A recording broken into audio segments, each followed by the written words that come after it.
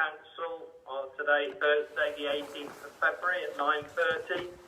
This is a virtual meeting with remote attendance by councillors and remote access of press and public.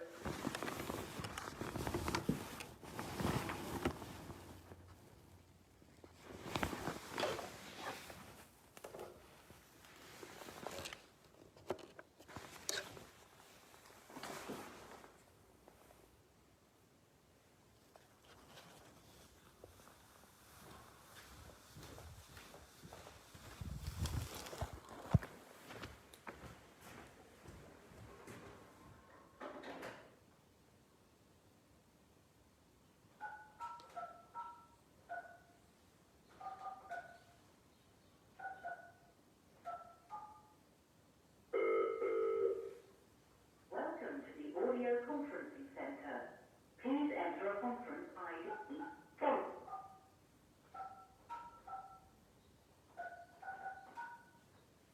You're now joining the meeting. In this virtual meeting, your vote will be counted for unless you say against or abstain.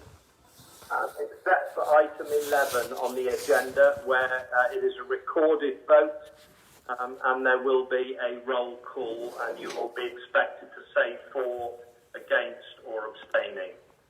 Thank you very much. So, Stephen, could you kindly do the roll call, please? Thank you, Chairman. And I will take members in the order set out on the agenda. Councillor Dean. Yeah, present. Thank you. Councillor Davis. Present. Councillor Legg. Present. Councillor Marcus. Present. Councillor Roger. Present on the telephone. Councillor Smith. Present. Councillor Ross. Present. Thank you. Councillor Williams. Present. Councillor Major Barclay. I have apologies. Barclay, she's currently not able to be with us. Thank you. Councillor Dorian Smith. Present. Councillor Mrs. Brottick. Present. Guy. Present. Thank you. Councillor Mrs. Mumford. Present. Councillor Nellams. Good morning, yes. Thank you. And Councillor Sims. Present. Thank you. That ends the roll call, Chairman. Thank you very much, Stephen. So item 1 on our agenda is declarations of interest. Do I have any declarations of interest, please? Councillor Legg. I have non-pecuniary interest in item 15 as I have private water supply. However, it doesn't affect me largely in a financial way, and also it affects a significant portion of members of my ward in the same way as it affects me. Okay, thank you. Councillor Marcus. I've declared IT contracts with the council in my register of interests, and if this becomes relevant to anything specific being discussed, I'll leave the meeting. Thank you. Councillor Guy. Thank you, Chairman. Non-pecuniary interest in agenda item 9 and 13 fees and charges. I hold a current 5-year boat licence, which is paid up, but I will debate in the debate. But I'm just declaring that I have a licence. Thank you. Thank you. Councillor Nellams. Thank you, Chair. Yes, item 13, fees and charges, Appendix A, Section 5, non-pecuniary as an employee of Tresco Estate connected to the helicopter.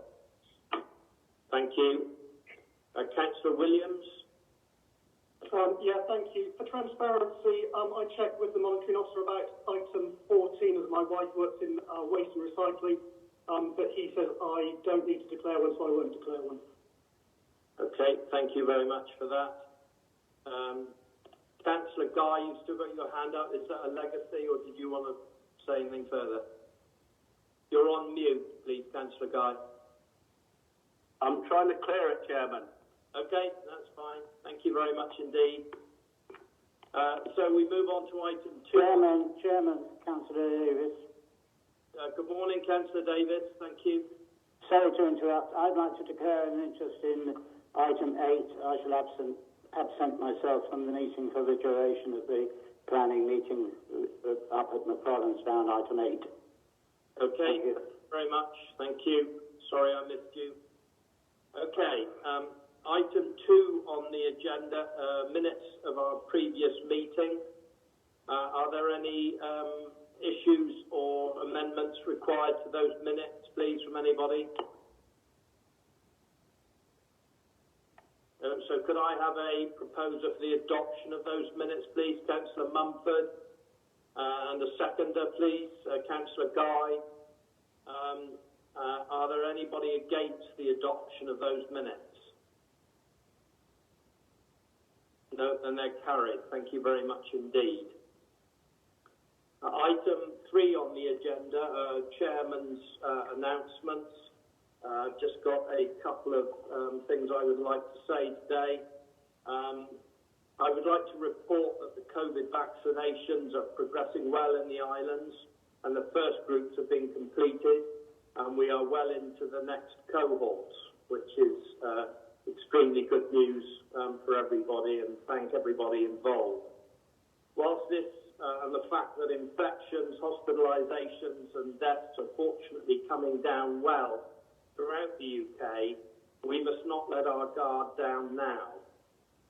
We all hope for good news next week when we'll be told how our economy will be able to start again and restrictions be eased for us. But in the meantime, please continue to abide by the rules and remember hands, face, space, keep safe and look after each other. Thank you very much. Today you will see that we have a very full council agenda, including the core decisions every council needs to make in agreeing its corporate plan and the associated budget, as well as reports on the inspections of some of our key services. We are also now informed that the election for councils and police and crime panels commissioner will go ahead in May. I'm proud of the achievements of this council, particularly in our improvement journey in coming out of a very critical report on the financial management and performance management arrangements to a position where we now have received a positive audit report on those areas. And today, if councillors agree, set a balanced, robust budget for this council for the next 3 years. There are many councils across the land who are not in such a strong position. Frontline services are being slashed. This is not the case here, and the new council in May will start with the tools in place to succeed. So I'd like to thank my fellow councillors and all the officers for getting us into this position, and I look forward to the debate. Item 4 on our agenda is questions under Standing Order 14, which I have none. Item 5 on the agenda is to consider reports from committees, including the receipts of minutes and draft minutes for information. We have 2 reports here. One of the COVID Engagement Board, and the other is the IFCA. Could I ask the Chair of IFCA if you have anything to say about those minutes, please? Thank you, Chairman. It was a relatively short meeting. All business was dealt with, as you can see in the minutes, and we have compiled a letter which we will be sending out shortly for you all to have a look at before we send it off. That's basically it on the IFCA. Thank you. Thank you very much indeed, Councillor Guy. And for my report on the COVID Engagement Board, it's all in front of you, what was discussed, and I've covered the positive areas of how we're dealing with COVID earlier in my announcement.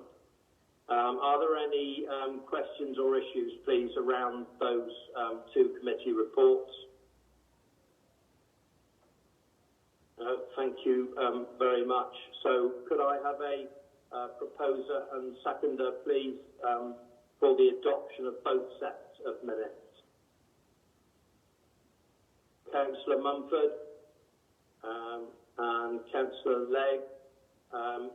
Anybody against the adoption of the IFCA and the COVID minutes, please?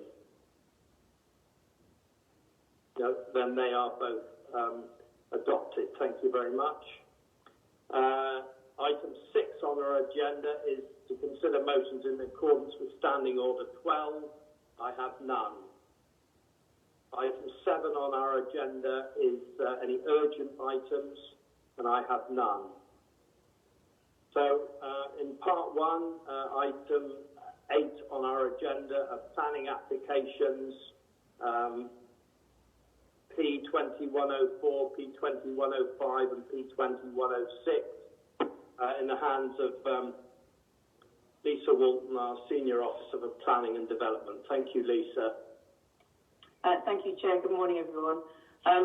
So this application is brought to full council on the basis that it is the proposal of 3 interrelated applications for the construction of new homes. Proposals include the demolition of the bungalow, Seaview, and its replacement with an open market dwelling. At the same time, permission is sought for 2 further dwellings on the site, which will be restricted to meeting the local need.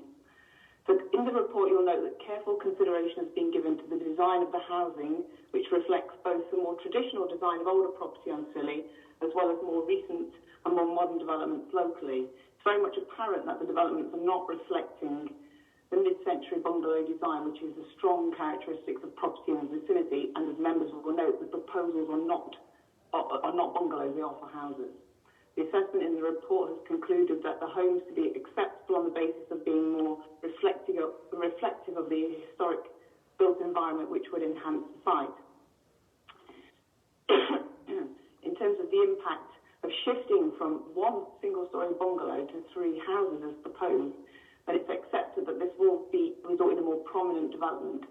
But positioning and design, materials of construction, together with landscaping, would ensure that the development would result in an attractive redevelopment of the site within an already built-up part of St Mary's. It's also noted that the cumulative increase in scale and density has the potential to give rise to harm to the privacy and amenity of neighbouring property. It's considered that the distances between the 3 houses and the neighbouring property, together with their position in line with properties to the north, would minimise the overlooking and not result in overshadowing or loss of outlook for neighbouring properties. In terms of the issues such as garden grabbing, then as previously advised, neither the adopted local plan nor the emerging local plan set a policy position to resist development within existing gardens. If a development proposal is otherwise considered acceptable, then there is no policy support to reject the planning application purely on the basis that it is development on garden land. So overall, the 3 applications have been assessed as acceptable and subject to the applicant entering into legal agreements for restriction of occupations of P2104 and P2105, and the conditions set out in the report, the applications are all recommended for approval. And there are 3 separate recommendations for the 3 separate applications in the report. Thank you. Thank you. Councillor Marcus. Chairman, can I just check, just for the minutes, sorry, Councillor Marcus, can I just check for the minutes whether Councillor Davis is still with us or whether he has actually left the meeting yet? No, I'll take it that then that Councillor Davis has left the meeting. Thank you. I think he's left the meeting. Thank you. Thank you. This is the 3rd one of the complicated planning applications we've had in the last 3 months, really. And it's quite reminiscent of Butter Garage as well, in that it seems to be putting more buildings, adding to the density in the local area. For me, I've got some issues with the plan. Sustainable measures in the actual buildings are pretty minimal. There's no rainwater harvesting. There's no solar panels as well. So the actual impact of the buildings is not as low as it could be. I'm concerned about the actual plot design. It seems I don't really agree with Lisa. I think that the density of the plot is incongruous compared to the rest of the area. I think that the 3 buildings on that plot will be way too dense in comparison to into the other area. So for me, I don't think I can approve any of the applications due to scale and massing, basically. Okay, thank you very much, Councillor Marcus. Councillor Grottick. Thank you, Chair. I find myself having to disagree with the planning officer that this is a good use of this site. I'm disappointed that the Duchy, with all its resources, could not have presented a more imaginative use of the whole site, because there is a large garden, and as the planning officer has pointed out, we do not have a protocol on garden grabbing, although possibly it's something we might address in the future. I realise that material planning reasons must guide against a vote, and I'm going to listen carefully to colleagues' views before deciding. For me, there are material planning reasons for voting against 3 buildings on the current site by size, massing, scale and over-intensive use of space. However, I am minded to accept that there is a rationale for replacing an older type of building with a new one, so I am less disposed to vote against that particular area of the application. I shall listen with interest to the rest of my colleagues' comments. Thank you. Thank you very much. Councillor Smith, please. Thank you, Chairman. This is a challenging application, as Councillor Marcus says. Local needs houses are desperately needed, and this principle, such proposals should be welcomed. But the devil's in the detail, and I'm particularly disappointed in the quality and lack of details in these applications, as Councillor Grottick mentioned. For me, there are several issues in direct contravention of local plan policies SS1 and SS2. Namely, there's a provision of a driveway for 3 vehicles per house, and apparently no provision for electric vehicles. This is not what we need in terms of sustainable transport. But there's very little details on building design to maximise energy efficiency, and apparently no renewable energy generation for any of the houses. I don't see any details on rainwater harvesting. Biodiversity improvements and landscaping around the properties, again, don't see any details.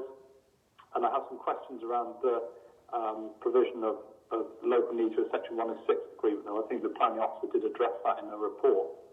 I'm not really comfortable in leaving these glaring omissions to conditions.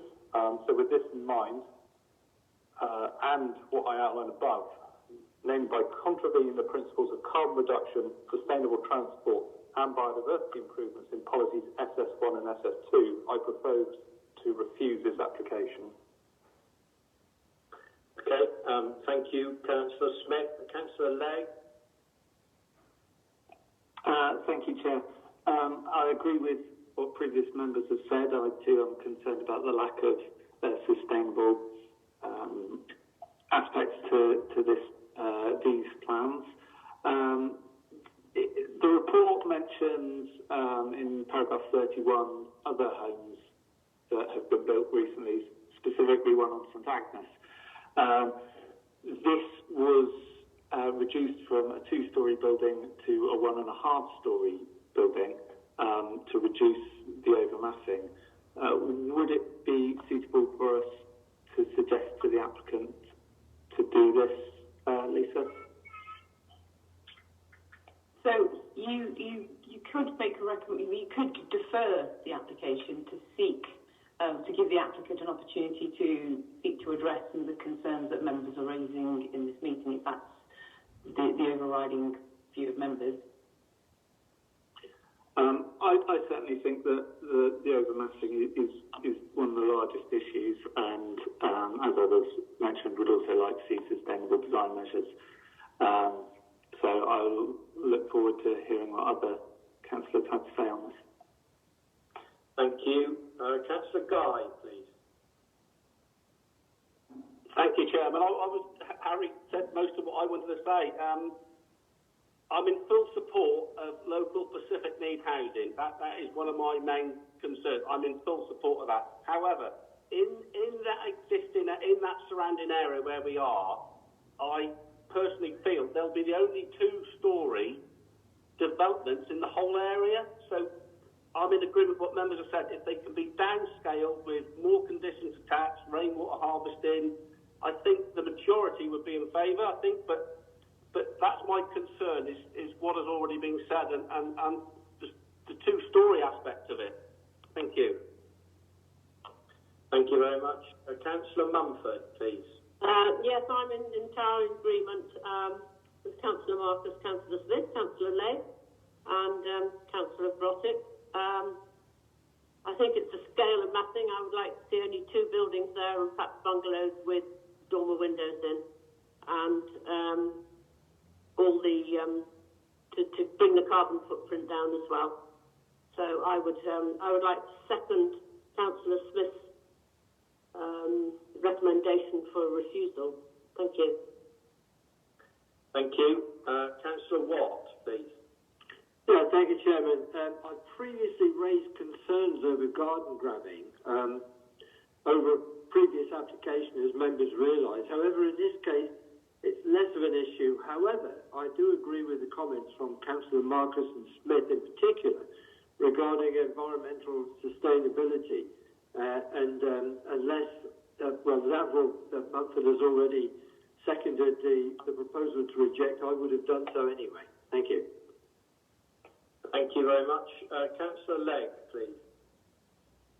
I forgot to mention something that Councillor Guy said as well. I'm very happy to see 2 properties which are for local need, and I would hate to see this reduced from 3 properties down to 2 and only see 1 local need and 1 open market. I think the ratio of 2 to 1 is very welcome. So I support that aspect of these applications. Okay, thank you very much indeed. So we've had a proposer and a seconder for the refusal of this application. Are we clear, Chairman, sorry for interrupting, but are we clear what the reasons for refusal are? Perhaps if Lisa could summarise them so that we can be clear on what members' rationale is, so that can be clearly recorded. Thank you. Are you happy with those reasons? Yes.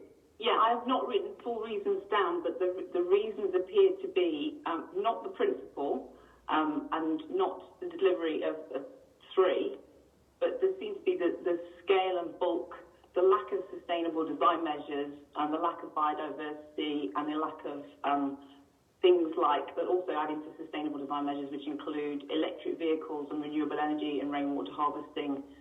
So in addition to the scale, that's the size of the houses as opposed to the number of the houses, it's biodiversity and sustainable design. Those are the 3 key issues. But I also need to know if you are proposing to reject, all 3, or are you proposing to reject them individually? These are 3 separate applications. Yes. Okay. Thank you. But first of all, can we take Councillor Sims, please? You wanted to come in. Yes, sorry, I couldn't find out how to raise my hand, though I've done it dozens of times. Thank you very much for the video, Lisa. It was really helpful. It's quite a big field, or garden, if you like. I haven't got any particular issue with 3 buildings going in there. In fact, I'd rather 3 buildings went in there than 2. And I'm not particularly bothered about them being bungalows. I do think perhaps we do need 2-bedroom houses as opposed to 4-bedroom houses, but 4-bedroom houses are better than no-bedroom houses. But I have issues. I'd echo Jonathan's comments on sustainability and rainwater harvesting and everything. So I would prefer to defer. Yeah, okay. Thank you. Jonathan Smith, please. Yeah, thank you, Chair. Just in reply to Lisa, yes, you summarised the points well, and it was a refusal for all three. Okay, thank you. Councillor Grottick? You're on mute, Councillor Grottick. Apologies. In view of Councillor's comments, I'm happy to withdraw my request to take the recommendations separately. I'm quite happy that we proceed with them all together in view of Councillor's comments. Okay, thank you. Councillor Sims, have you still got your hand up, or is that a legacy? Thank you. Councillor Marcus, did you want to come in again, please, before we go to the vote? No. Thank you. So, Stephen Taylor, are you happy that we have the detail that you require for the refusal of this application, please? Yes, Chairman. The summary from.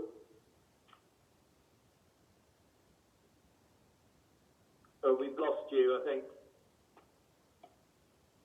You're on mute, Stephen. Yeah, sorry, my machine did some funny things then. Yes, I'm happy with the summary from Lisa, and obviously, can we couple the vote with an authority for Lisa to finalise the reasons for refusal in consultation with Councillor Marcus, and then we can get the exact wording sorted from the recording. In view of this, should we have a roll call? Yeah, if you wish, that's fine with me. So, could we please have the roll call? We've got a proposer and seconder for the refusal of this application.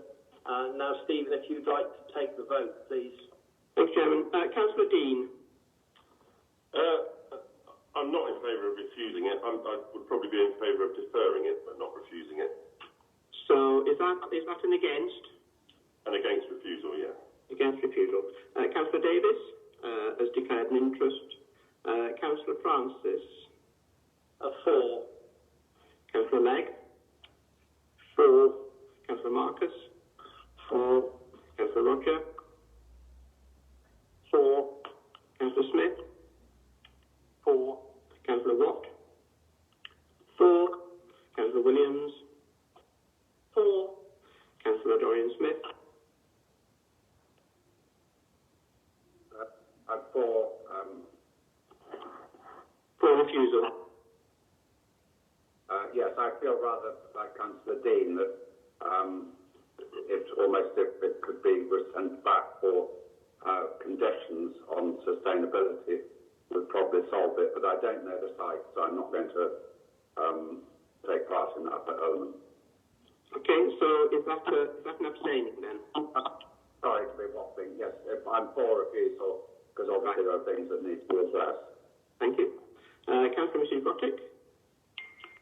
For it. That's for refusal? Yeah. Councillor Guy? For. Thank you. Councillor Mrs. Mumford? For. Thank you. Councillor Nellams? Similar to Councillor Dean, but for. Thank you. Councillor Sims? Against. And again, I would like to see it deferred. So against. Thank you. Thank you, members. That's 1, 2, 3, 4, 5, 6. So that's 12 in favour of refusal and 2 against, with 2 members not here. Okay. Thank you very much indeed. So we move on to item 9 on the agenda, which is planning application P20-107. And can we recall Councillor Davis, please, Chairman? Yes, we can. Thank you. I will do that, but please proceed for the moment. Thank you. So item 9 is also in your hands, Lisa. Thank you. Thank you, Chairman. So this application is brought to full council on the basis that the applicant is a senior officer of the council. The proposal includes the replacement of a now removed large shed within the garden of this property with its replacement with a flat roof storage building for the purposes of expansion for St Mary's bike hire business. The replacement structure takes up the same footprint of the structure removed, but will have a flat roof with solar panels. The building will be for the storage of e-bikes and mobility scooters.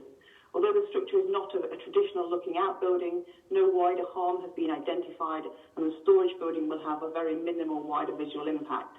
Conditions are recommended to tie the storage building to be used only in connection with the applicant's own business and ancillary storage use to ensure it does not give rise to harm.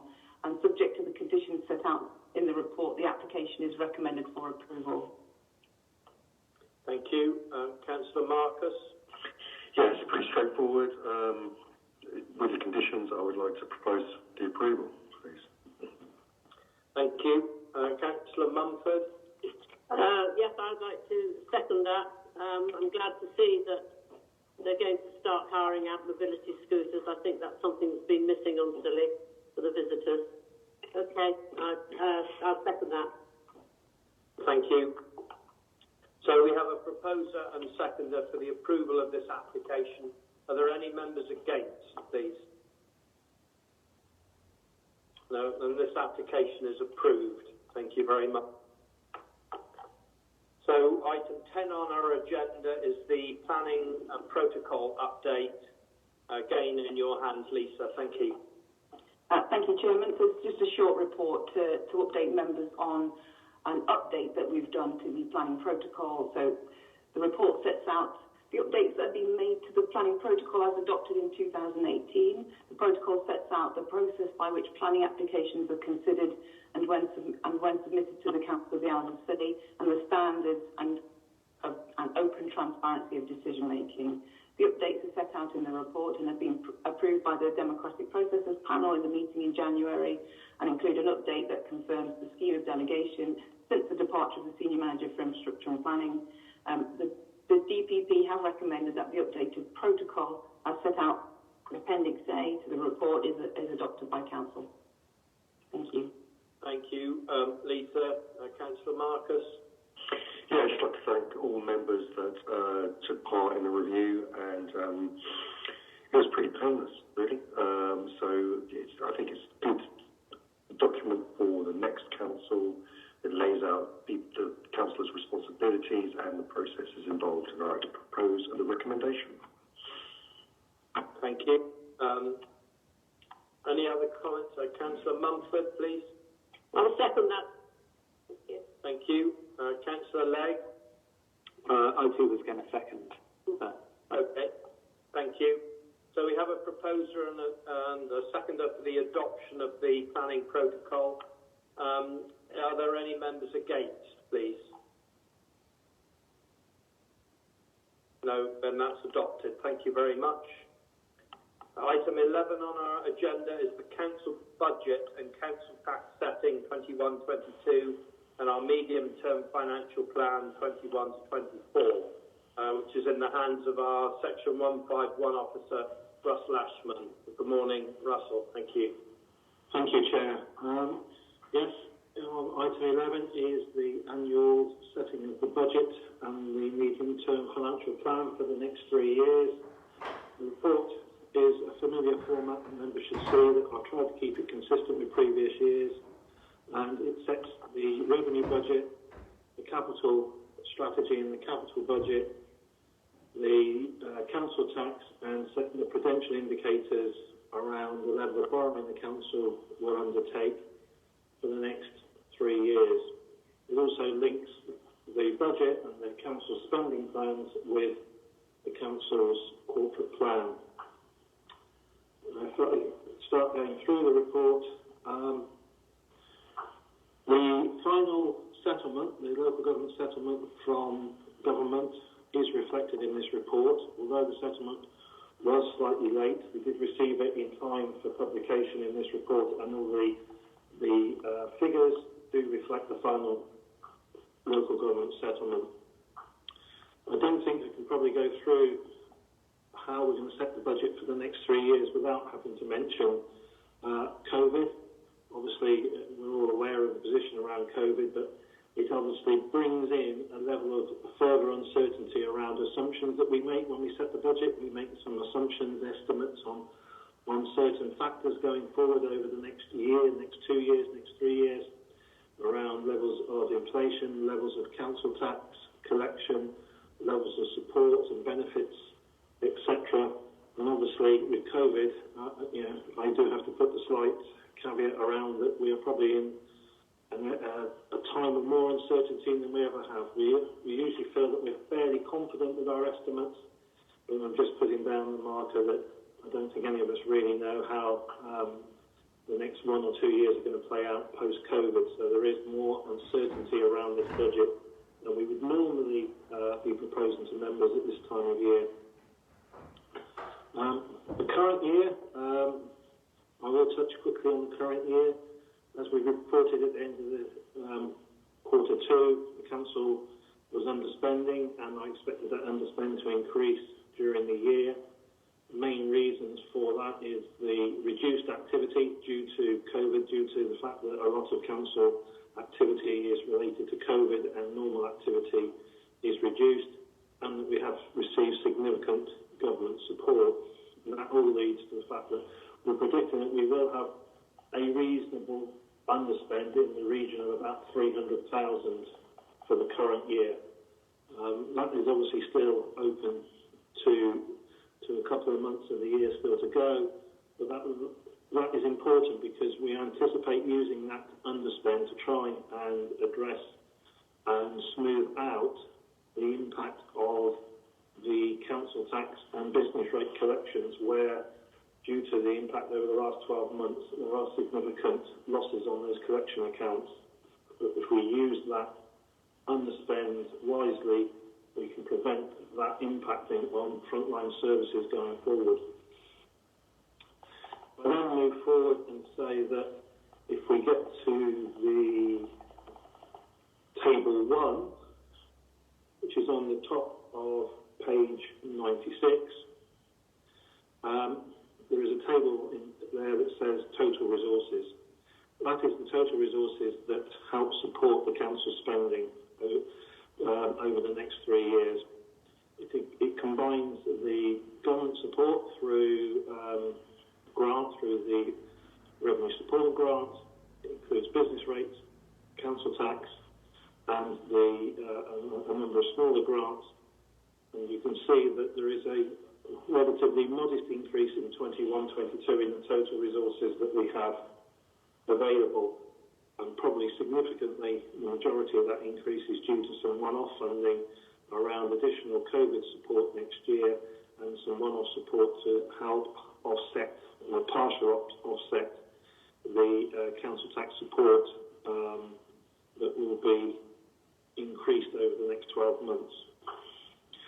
So, and then rolling forward for the next 2 years, we assume a modest increase going forward. So resources are just marginally up on what we've got this year. I think that's an important factor as we go through that we need to bear in mind. This table, I think I would draw your attention to, is table 3 on page 97, which is the council's tax base.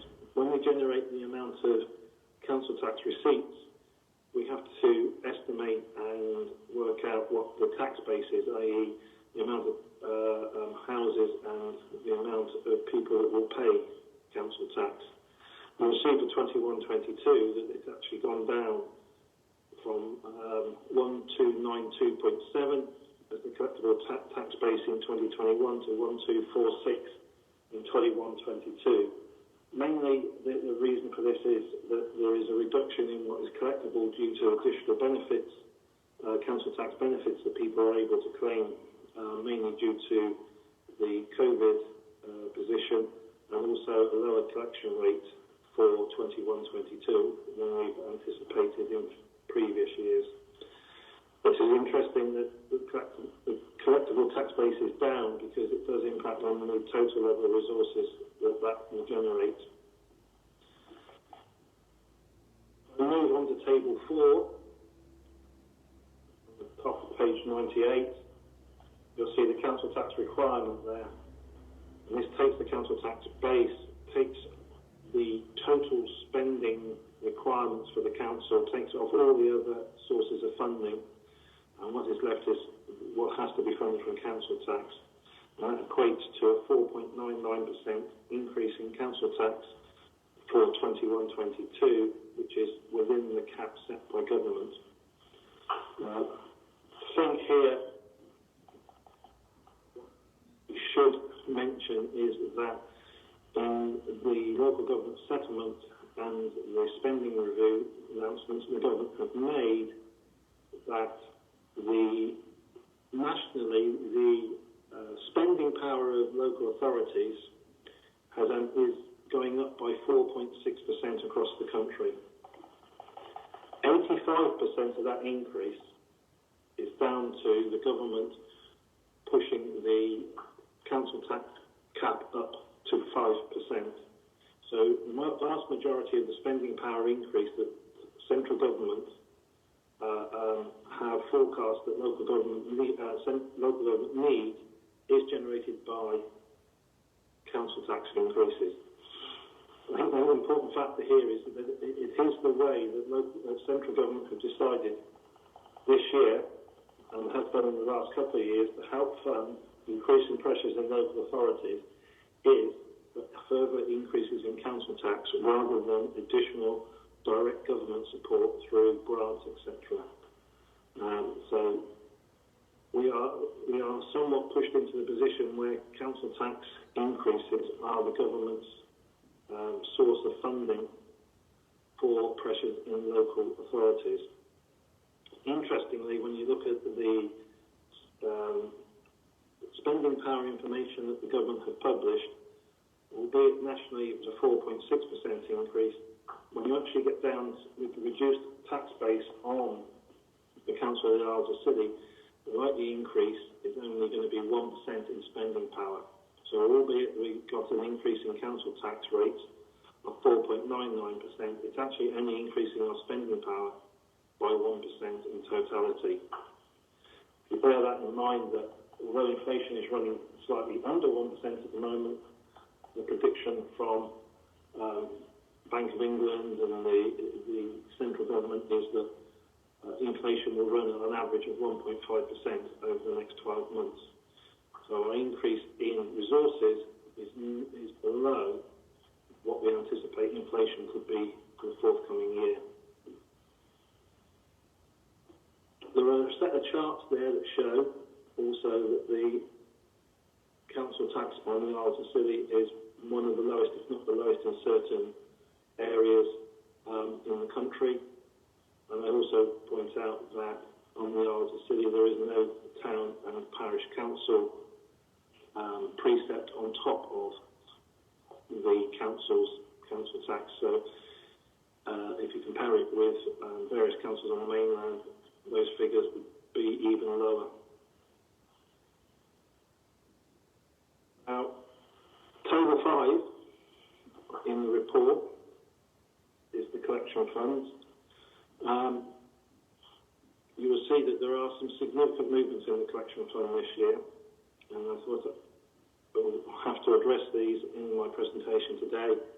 One of the reasons is the way that the business rates collection works, and that's the significant additional reliefs that were granted this year actually flow through as a loss in the collection fund, and the grant funding from central government is used in next financial year to smooth that back out. But it does give you a rather significant deficit in the collection fund as at the end of the current year.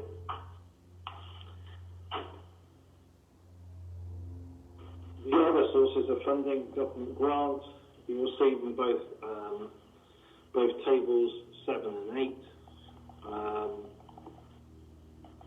The core grants, that's on page 102, and the other specific grants on the following page, you'll see that there is little or no increase in central government grants that are coming through. Again, reiterating the position that the only way that we're going to actually have any increase in resources is through increasing council tax going forward. That finishes the position on resources. In terms of expenditure, just flag at the table 9 that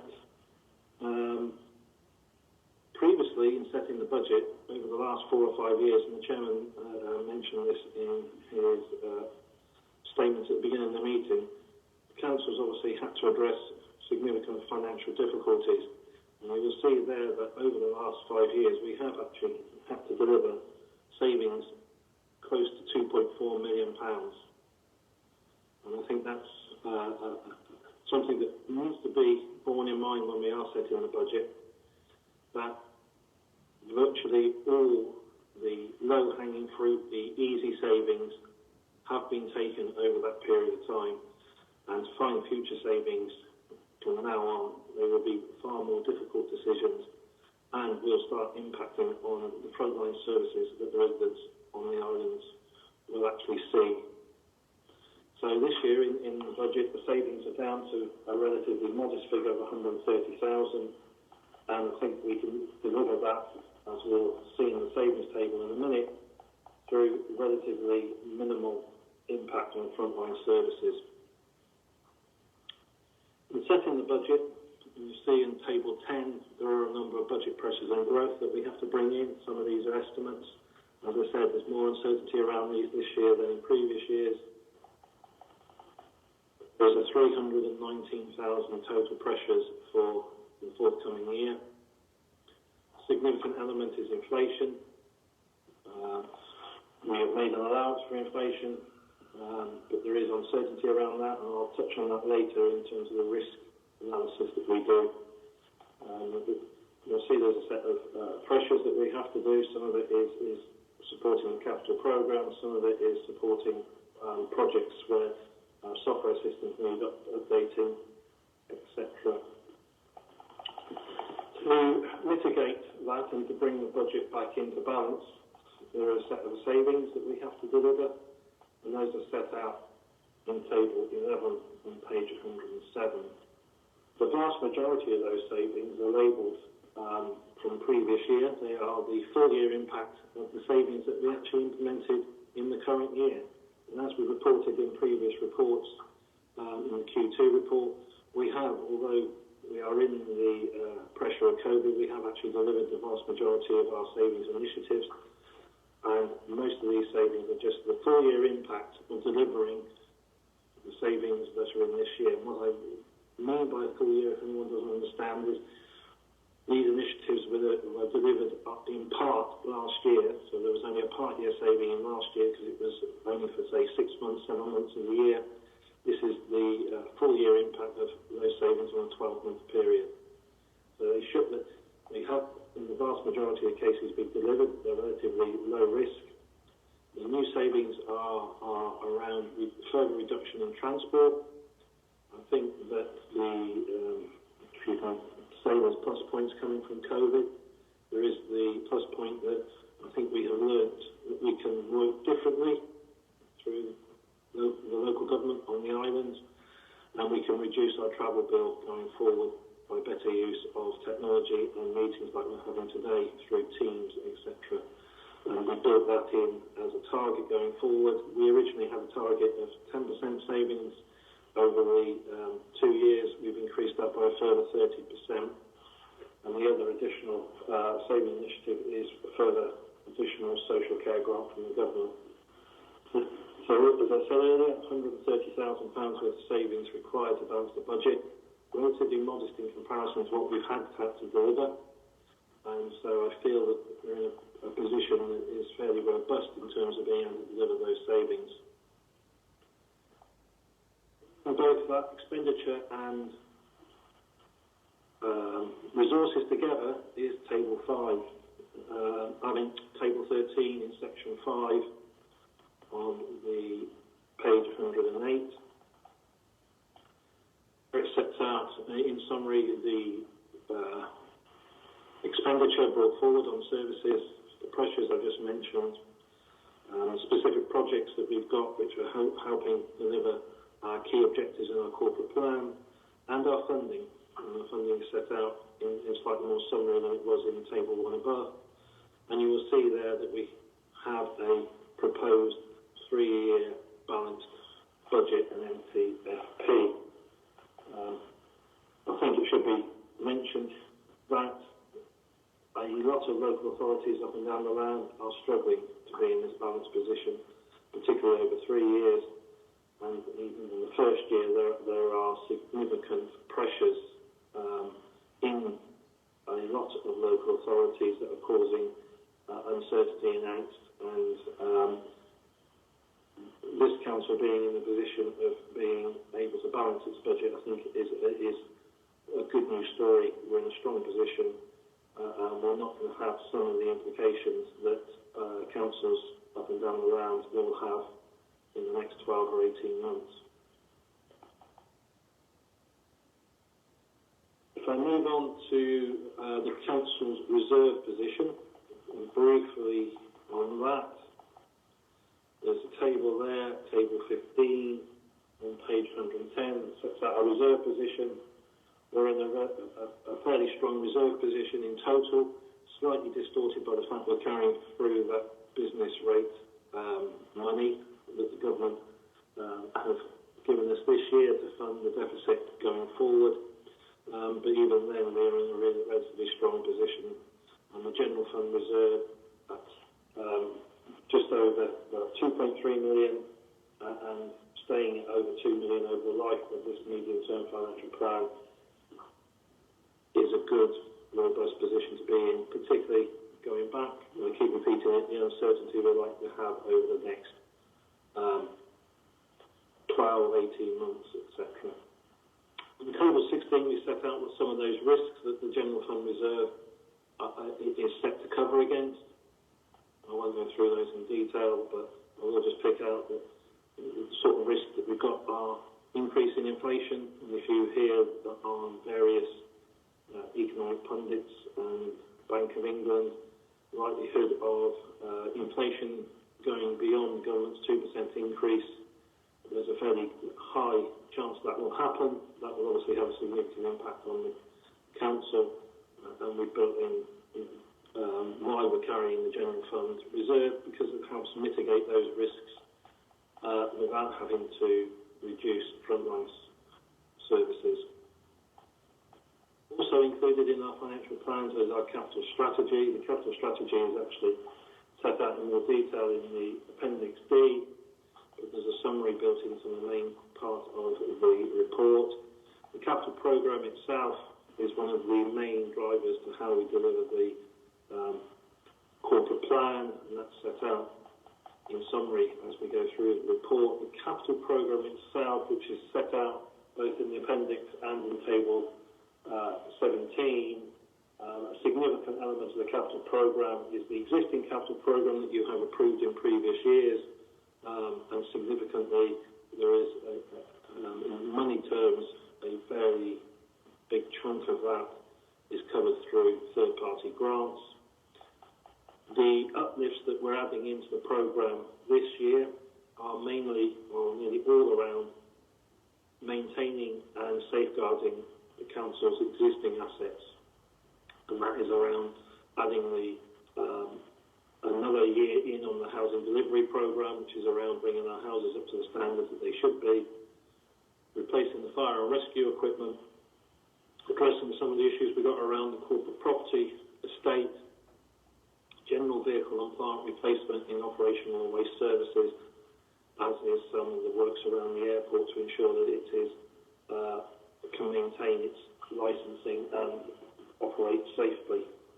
So really, what we're adding into the programme this year are really about safeguarding existing assets or existing services, and are not about buying anything new or additional to the council.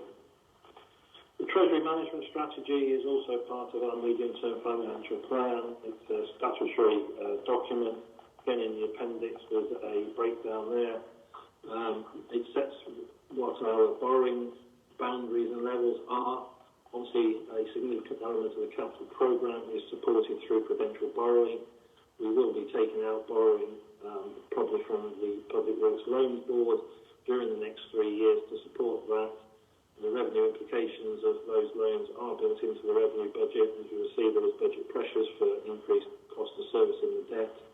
But we have to maintain and secure and safeguard some of those assets, as I said, and it does come at a cost.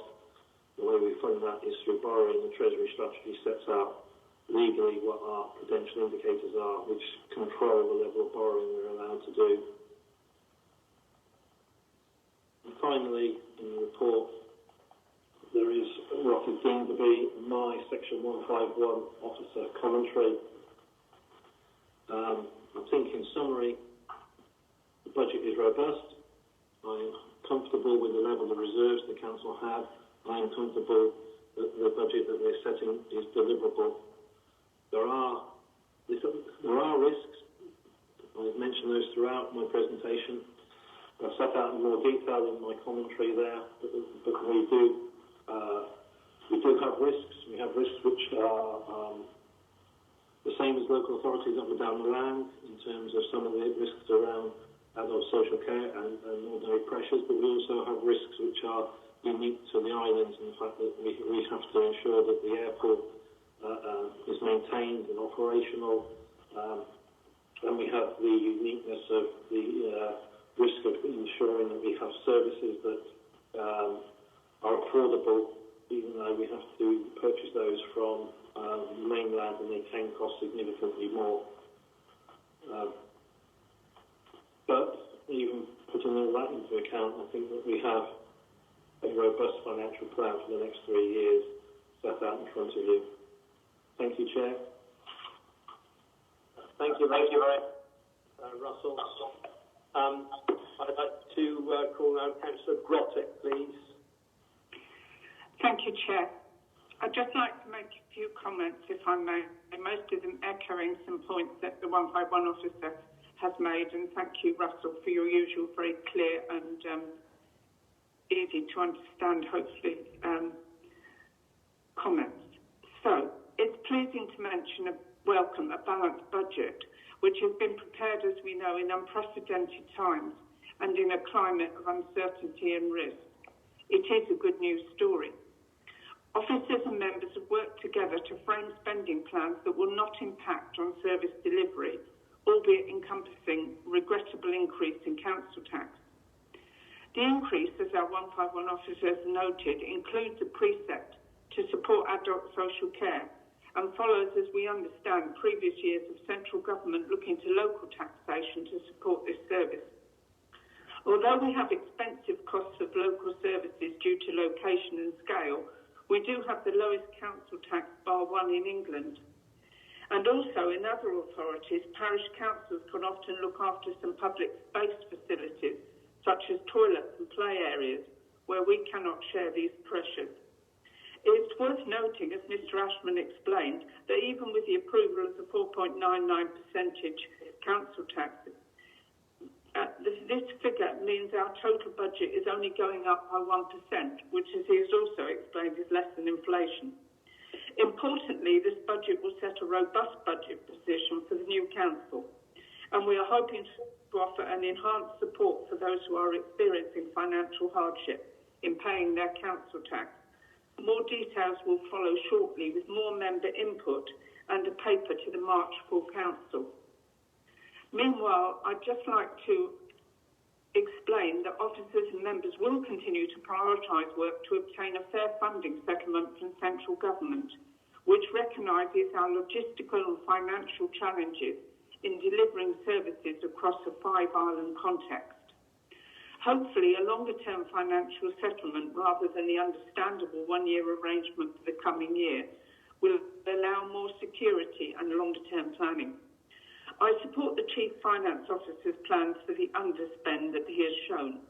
It's unlikely to be repeated again, as most is as a direct result of the circumstances of the pandemic. Moving the funds to our general reserves will give more flexibility to cushion the effects of COVID and the possible loss of some income generation in the future. Lastly, it is also pleasing that the budget supports the objectives of our refreshed corporate plan, embeds carbon reduction principles and recognises the need for continuing work in several areas, as Russell has explained: housing, integration of health and social care, and work on our corporate estate. So to close, I'm very pleased that this budget will set a firm financial basis on which the new council administration from next May can build, and I hope colleagues will support these plans. Thank you, everyone. Thank you, Councillor Grottick. Councillor Mumford. Yes, thank you, Chairman.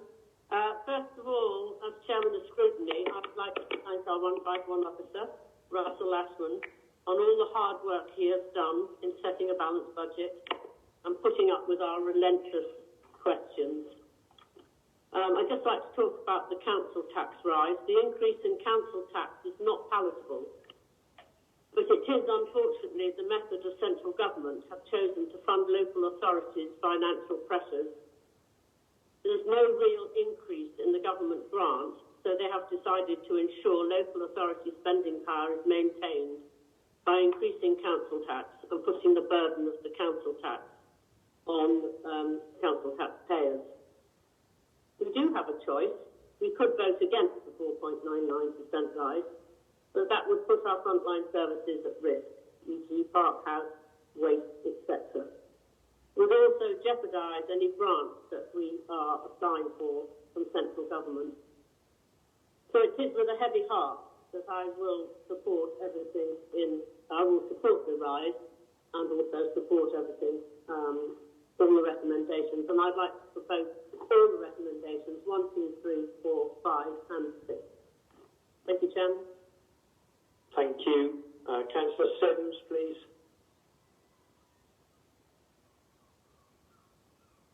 Right, yes, I mean,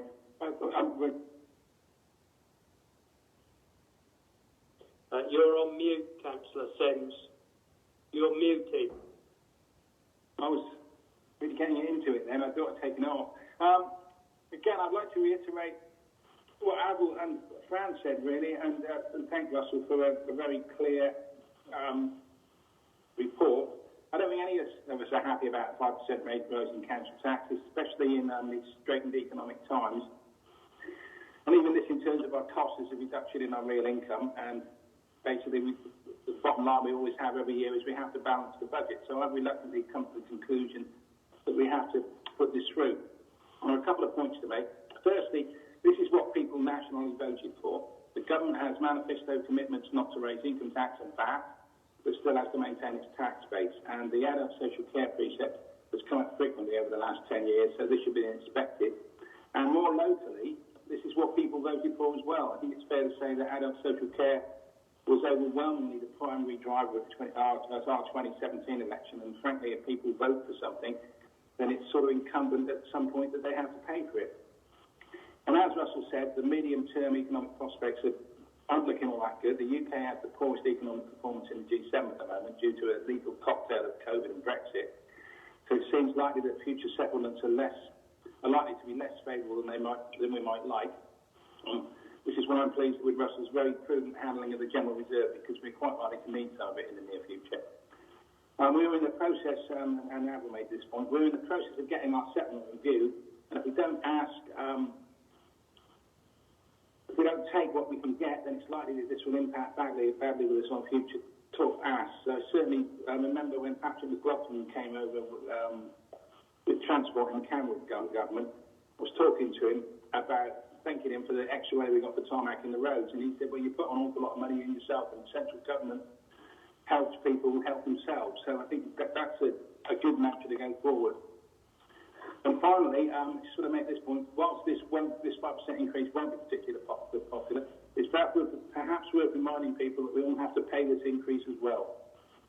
Thank you. Thank you. Councillor Smith. Thank you, Chair. I very much support what Councillors Grottick, Mumford and Sims just said. I think I'll reluctantly vote for the 5% increase, and it is reluctant. It's very much not what local people need when inflation is below 1%, and many incomes have taken a severe hit last year. But I think we need to bite the strategic bullet. I very much welcome the increase in the hardship fund. It will be needed. We must continue to recognise that there are people in our community who have not only had a very significant drop in income, but but have also not received enough or indeed any support from government, we must continue to help and advocate for such people. We've been really good at social support, but we must recognise that there are simply people who are poorer than they were pre-COVID in our community. I'd like to thank all staff managing budgets to keep the council on an even keel. You've done a great job, especially the finance team, but all senior managers and officers as well. The distribution of grants from the finance team through the year have been fantastic. So well done to the team, and thank you for giving us confidence in you. Thank you. Councillor Legg, please. All those councillors that came before me have said the same. I support their comments.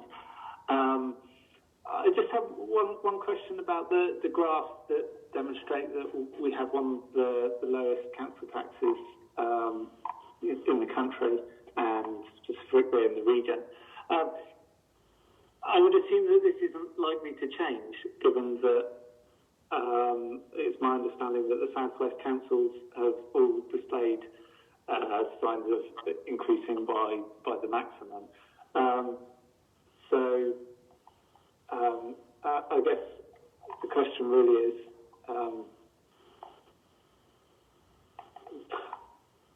why are they there? Those graphs demonstrate that we're one of the lowest and we will remain one of the lowest. I don't suppose there's really an answer to that, more of an observation.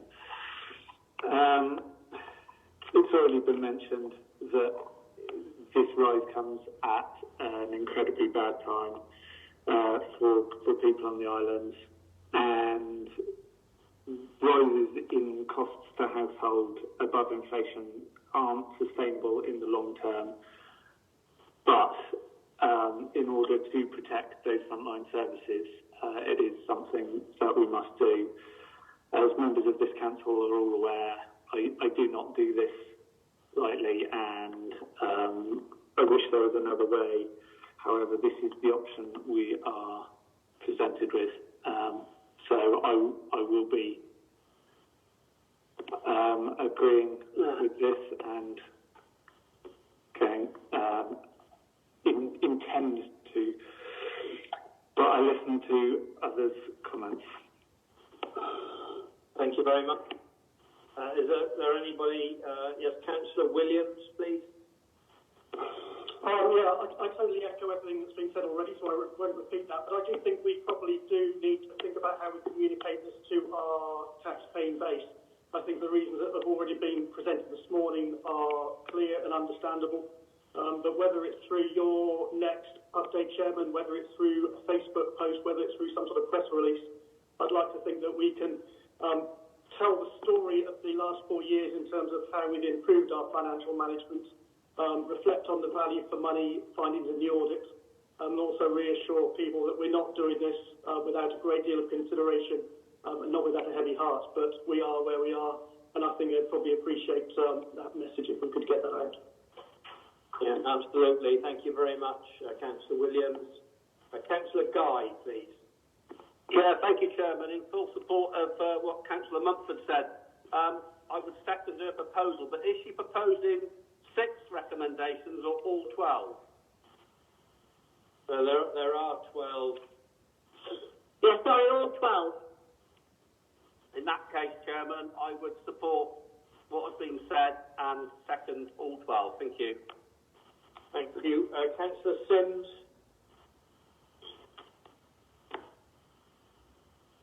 Yeah, just could. You're muted again, Councillor Sims. It goes off and then I push it again. It doesn't work and then push it again. Anyway, it doesn't matter. I say this every year, and perhaps I should shut up about it. I mean, I do think it's slightly disingenuous, if you like, to say that we have one of the lowest council taxes in the country. Well, we certainly do on a technical basis of it's looked at Band B. However, we have hardly any ABCs on the island, so our average is probably E or F. So I just think, whilst our Band B is lower than most places, I don't think it actually reflects the average council tax on the islands particularly well. Okay, thank you. Councillor Legg, please. Councillor Sims is exactly right. I actually looked into this. On the island as a whole, it is an average of a band E. On St Agnes, the average is a band F. But the method for comparison is by looking at band Ds. I don't know whether there is any mileage in comparing averages. Don't know if the finance officer has any thoughts on that. Yeah, I can come in on that.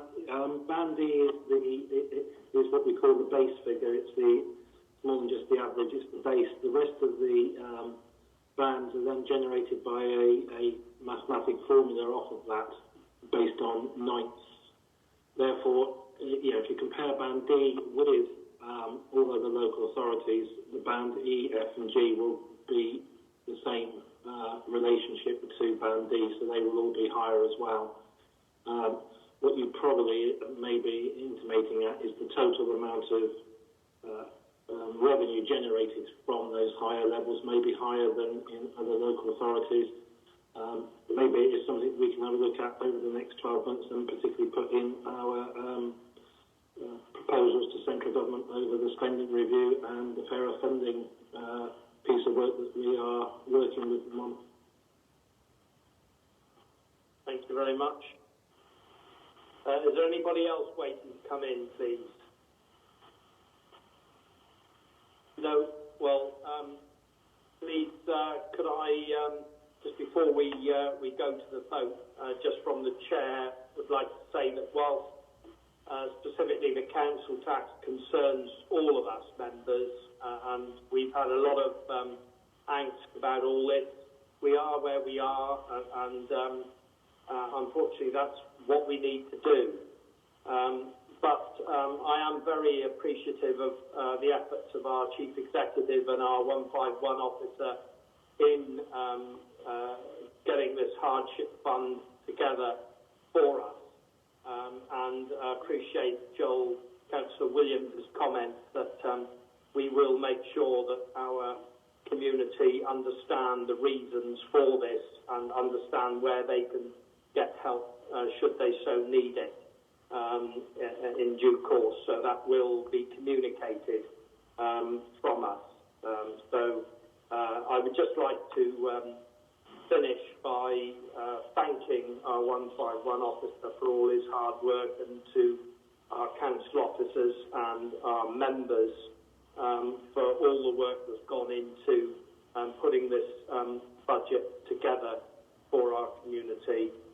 And I'd now like to take the vote, please. And we have the proposal from Councillor Mumford for all 12 of the recommendations, and seconded by Councillor Guy. Do I have any members against the adoption? Can I just remind members that under Standing Order 19.7 we have to take a recorded vote on this. So do you wish me to take the roll call now, Chairman? Yes, I do. Thank you. We'll do that now, Stephen. Thank you. Councillor Dean. Yeah, I'm for the proposals. Obviously, reluctantly, it's all been said already. We are where we are. Put into a corner, we've got to do it. So, yeah, I'm for. Thank you, Councillor Dean. Councillor Davis.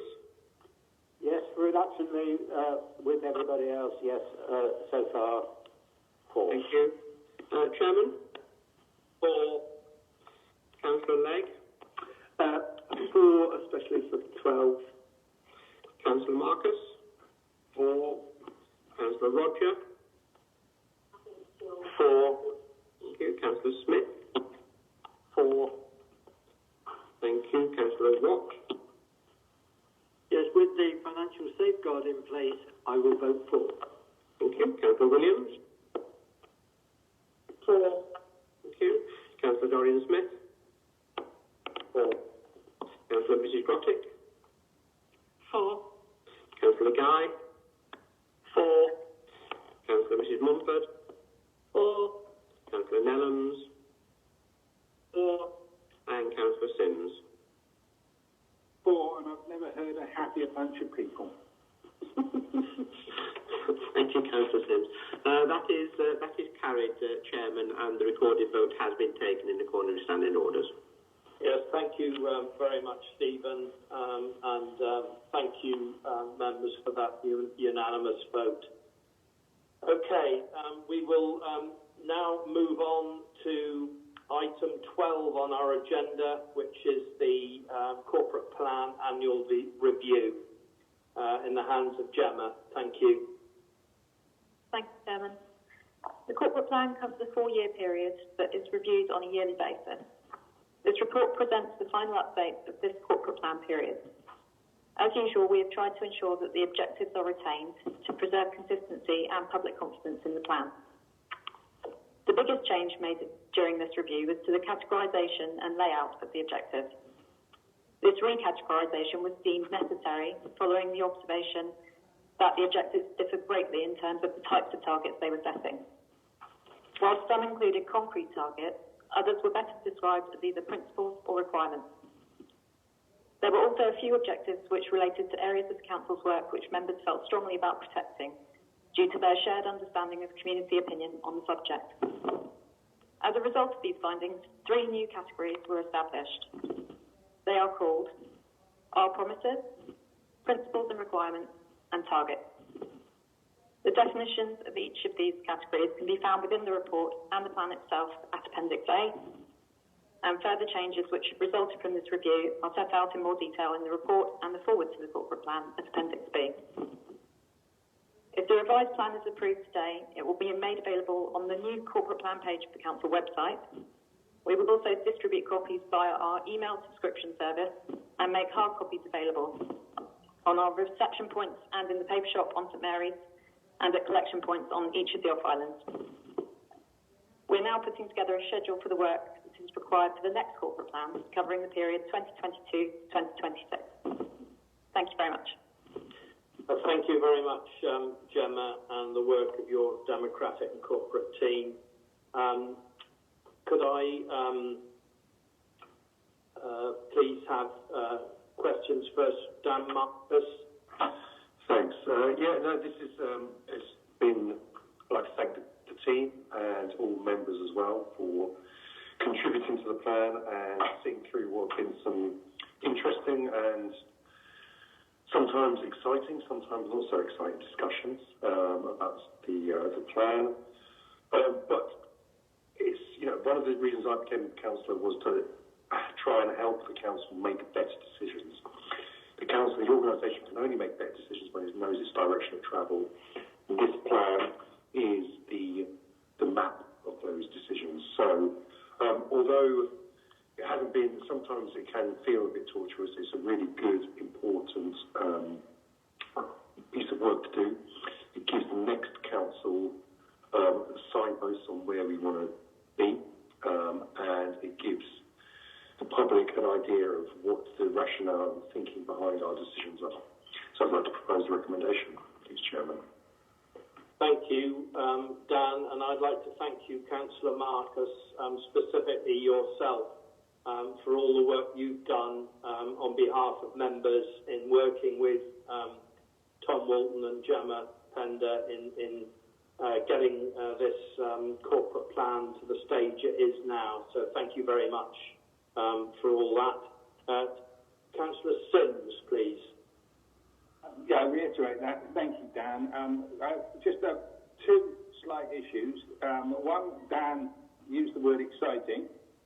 It was more blood, sweat and tears as far as I'm concerned. And the other issue, it does look from the papers that we've started this process at the beginning of December 2020. I feel like we've been doing it since dinosaurs ruled St. Earth. And I'm very much looking forward to starting the next one soon. But I would second Dan's proposal, and I'm glad we finally got a corporate plan that we all finally agree with. Thank you. Councillor Smith, please. Thank you, Chairman. Fully support what Councillor Marcus says. I think the strategic direction of the Council is massively improved from where it was, and this is really something to commend. I'd just like to particularly highlight our change in top priority, embedding carbon reduction principles in all aspects of council decision making. This is really important, reflects our shift as a council in our climate emergency objectives. So I welcome this embedding of carbon cutting across the whole organisation, and this position is very much backed up by the Climate Emergency Working Group. Fully support the proposal. Thank you. Councillor Williams.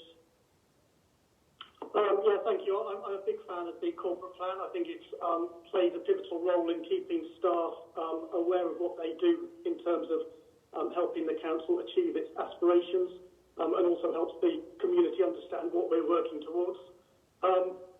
If anything, I think the balance of what we do on the corporate plan needs some amending as we move forward and mature. I think we probably spend too much time writing it and not enough time going through checking that action is taking place, where our successes are, where our failures are. So I think as we move forward into the next administration, that's something I'd like to see change. I'd also question whether we need an annual review, whether that could be spread out, as Councillor Sims says. It just seems a bit of a treadmill at the moment in terms of writing. So that's something I'd like to give thought to. I welcome the news that it's going to be made more available to the community. It's sort of been lost on the back end of various websites recently. I suspect not many members of the community even know it exists, so I welcome that.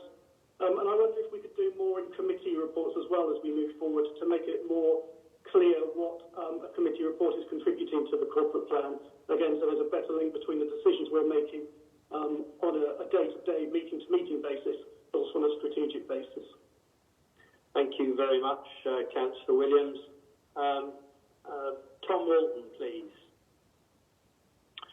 Yeah, some really good points there from Councillor Williams. It's something we identified in the review process. I think there needs to be a stronger link between the corporate plan and the service planning, so the operational aspects of what the office is doing.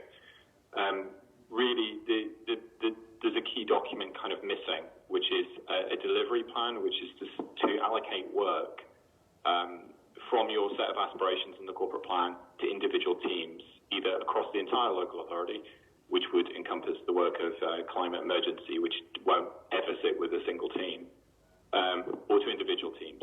So if it's work to do with children, it's going to sit primarily with our children's teams, for example. That documentation really isn't there, and I think you'll probably see a slightly different process next year when we adopt a brand new corporate plan with a delivery plan in place. I think that link will be a lot clearer to staff and to members. And also the review process, just as a result of that, will look a lot different. So yeah, it's a really good point, John. Please support that. Okay, thank you very much, Tom, and thank you to you for all the hard work you've done with all this. Thank you. Councillor Watt, please. Yeah, very briefly, Chairman. I echo what Councillor Smith said about the enhancement of carbon reduction in the corporate plan. Very much welcome that. And just quite flippantly, I think Dan Marcus mentioned a roadmap for future council. I don't think anybody uses roadmaps anymore. Perhaps it should be called a sat-nav. Thank you very much, Councillor Watt. Is there anybody else waiting to come in, please? No. Before we take the vote on the adoption of this, obviously, climate change has come up quite a lot in the comments recently, and I would like to thank Councillor Smith, Councillor Potts, and the rest of the climate change group for their hard work as well of late. A message we need to get out to the public that the climate change aspects of our work are going to be embedded in all of our council work and aspirations into the future, which is being driven by our Chief Executive, Paul Masters. So in case people are thinking, what are we doing towards climate change, it is being embedded in all our work. So I would just like to reiterate that message. Thank you. We have a proposer and a seconder. Are there any members against the adoption of our corporate plan, please? No, well, thank you. Then the annual review of our corporate plan is passed. Thank you very much, everybody, for hard work with that. So we'll move on now, please, to item 13 on our agenda, which is in the hands of our fees and charges and in the hands of our Chief Executive, Paul Masters. Thank you, Paul. Thank you, Chairman. Morning, members. I'll just briefly introduce the report, and we have officers available in case of any detailed questions as well, Chairman. Chairman, this report covers all of the fees and charges for 21-22, and of course, this report and the other two to follow are of course linked to the budget paper that you received earlier, as obviously income is part of our overall budget. Members will note that the majority of fees that are laid out in this report, Appendix A, rise in line with inflation. That's the proposal, which, as Russell Ashman said earlier, is predicted by the Bank of England to be 1.5%, and that's what we are proposing to you, members. There are some variations to that within the report that you will have noticed. There are some where the fees have already been set by this council previously. There are some that are set by government, where the government decide what the fees are, and you're not allowed to alter them. And there are some new fees that are being proposed before you today. For completeness, all of the fees are listed at the appendix, but later on there are some specific reports that I'll introduce again, Chairman, on waste and recycling fees and on private water supplies fees.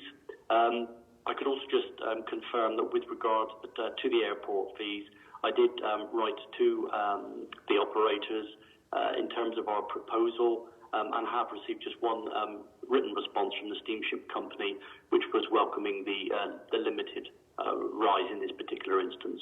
So that's the introduction, Chairman. Very much, Chief Executive. Do we have any questions, please? Councillor Smith. Yeah, thank you, Chairman. Really just a comment that the cap on the 1.5% increases I think is very welcome. It shows the council is concerned with offering value for money to residents and businesses. Also very much welcome the new charge of £10 per individual stall per half day for open spaces. This will really help food businesses sell in and around town. So it's a really good new category. Otherwise, I'm happy to propose the recommendation. Thank you very much, Councillor Sims. Yeah, I'm happy to second, and we've just been through the 5% council tax increase, but this does indicate that we're trying to keep costs down to the general community, and 1.5% is I think that sends another message, probably more positive message than the previous one we sent to the community. Thank you. Thank you, Councillor Williams. Yeah, it's just a technical question. In the airport fees and charges, there's a box which is unmanned aerial systems. Is that another word for drone, or is that something else? Well spotted, Councillor Williams. Yes, drones. Because obviously we had the trials of the two different types of drone last year, and we are expecting those to continue. Okay, thank you very much. So we've got a proposer and a seconder. Are there any members against the adoption of the fees and charges, please? No, then the fees and charges are adopted. Thank you very much indeed. Item 14 on our agenda are the waste and recycling fees and charges, again in the hands of Paul Masters. Thank you. Thank you, Chairman, and I'd like to bring Nicholas Stinton in after I'd introduce this report as well, if that's okay with you and acceptable, Chairman. This report covers the proposed charges for our waste and recycling service, which of course is linked to our waste reduction strategy. And as we've just been talking about the Council's climate change proposals and carbon reduction ambitions. As previously, you'll note, members, that wherever possible, the increases are in line with the 1.5% inflationary increase, as laid out in the earlier report. However, this report does detail some exceptions from that. Members should be aware that the actual costs of disposal of waste and recycling by our contractor on the mainland have increased, and we've tried to minimise those costs through new working practices, but the costs have gone up. We are proposing, therefore, that the commercial charges are increased to ensure that our costs are covered, and that we implement a pay-as-you-go scheme, pay-as-you-throw scheme for extraordinary DIY materials that are actually detailed in that report. These DIY materials have increased as commercial building waste has decreased and are very expensive for us to dispose of. We, of course, should be doing everything we can to encourage people to reuse materials rather than dispose of them, and therefore the charges are twofold. One, in order to make sure that we recover our costs, and two, to encourage people to do whatever they can to reuse. Chairman, I'd like to introduce Nicola Stinson to come in and back up and to add any further detail to what I've outlined. Thank you very much, Paul. Yes, good morning, Nicola. Thank you. Good morning. Thank you, Chairman. Nothing much more to add, really. I think there's just some key points, in the report that show a variety of new services that the Council are now starting to offer as part of that waste reduction strategy in alignment with our corporate plan. So we're looking at some new services in terms of the collection of electrical waste to allow further recycling, and they will be collected using an electric vehicle, a new electric vehicle that's now on order and should be with us early in the new financial year. And we're offering a service for cardboard disposal for commercial properties as well. I think an important principle we've applied this year as well is about maintaining that price differential between residual waste and recycled waste, so encouraging businesses to recycle where possible. And we're also looking at the fairness of cost. So that, for example, in the charges for tyres, that those larger tyres create a larger cost for us to dispose of, so the charging reflects that. So a small car tyre will cost less than a large tractor tyre for obvious reasons. So I think it's a fairer system, and I think it does reflect our corporate priorities and our aspirations. One thing that will be key is that we communicate these changes well to our customers to make sure they understand the rationale and the reasons behind those changes. And I think it's important that we continue to monitor and review and get feedback on them as we introduce them and embed this into the system over the coming months. So with those comments in mind, I put the recommendation forward for your consideration. Thank you, Chairman. Thank you very much. Councillor Sims. Yes, thank you for, and actually we get much clearer reports now. This is a really, really clear report, and well done with that. I'm just thinking back over the last 8 years now. I mean, in 2013-14, we were second in the country, second worst in the country. Somehow Ashford in Kent was worse than us, and it must have been a really Herculean effort for them to be worse than us back then.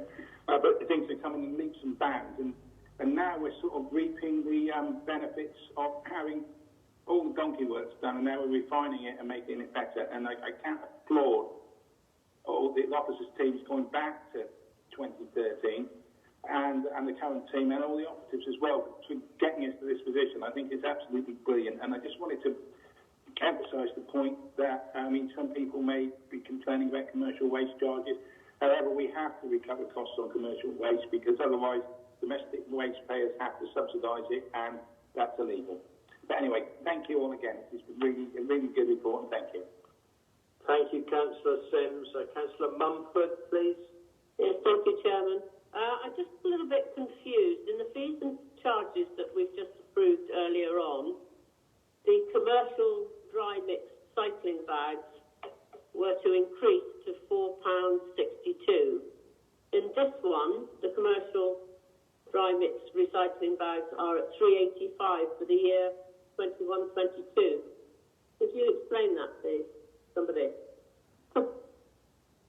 I think in this report, Councillor, there are different size of waste sacks, but we'll take it away and just double check. But if you look on paragraph 15 of the report I've got in front of me, the commercial waste sacks are two different sizes. There's the 18-inch sack by 29.39, and then there's a smaller waste tax. So there's a price differential there, but you're right, there may be a disparity between the two. I think if we take it, I'll get corrected by the monitoring officer, if we're taking this report after that first one, I'd assume that this would supersede it. But there may be a minor error there. Yes, just so that it's clear whether commercial people will be paying £3.85, which we are at the moment, or £4.62. Thank you. Councillor Legg, please. Thank you. I'd like to echo Councillor Sims's comments about the quality of this report. It's a very welcome and easy to read report, and I like the content too. You mentioned about the tyres and a move to the equity. It's very welcome that instead of one flat charge, you've got charges that make sense. So a car tyre is less than an agricultural tyre. Tractors are quite well known for having two distinct tyre sizes, small wheels at the front and big wheels at the back. The small steering wheels are usually the size of a lorry tyre. So would they be charged at that rate? That's correct, yeah. Thank you. Just wanted to be clear about that. Other than that, happy to propose the recommendations if they haven't already been proposed, in which case I'll second them. Thank you. Councillor Grottick. Thank you, Chair. We've made enormous progress, and I'd like to echo everybody's congratulations and from the clarity of the report. I think many householders will welcome the assistance that we're going to be able to give with the collection of electrical goods. I think that's a really good move forward. And I also welcome the understanding that we will be reviewing commercial waste charges, because as Councillor Sims said, if you run a business, you should pay for your waste to be commercially collected as a result of running that business. Thank you. Yes, good comment. Thank you, Councillor Grottick. Councillor Marcus, please. Yeah, I just like to think, is there any way we can promote the use of Go EV vehicles to taking waste to the waste recycling sites? Can we include or look to include a reduction in charge for the use of an electric vehicle to the waste site? So that's a very good point, and I think we need to incentivise good practice. I think that's one of those ones we need to review and feedback. Certainly something we can pass on to the project team who are looking at the introduction of the Go EV project, but it's certainly a point we'd like to take on board. It's a very important point because it's promoting the right thing, doing the right thing in the right way. So, yes, we'll take that on board and take that away with us. Thank you. Brilliant. So can I just say a second recommendation to bring a report back in 6 months to the viability of that? Is that good for you, Nicola? Well, I'm going to do a report to scrutiny in March anyway, so perhaps we could cover it off there and see where we go and see if there's something that needs to come back to council. It really depends on the rollout of the commercial element of the car share scheme. So in that rollout, we'll look at what the timeline looks like, whether it will be in this financial year or the next one. But yes, absolutely, and I'll try and cover it off in the scrutiny report so we can have a debate about it then. Thank you very much. Thank you. Councillor Legg, please. Sorry, just to come back on that point from Councillor Marcus, which I would definitely support in principle. However, if our charges are aimed at cost recovery, how can the costs vary depending on the type of vehicle that is being brought in? That's just something we would need to consider. It would suggest that we're not solely recovering costs if we can offer some people a discount.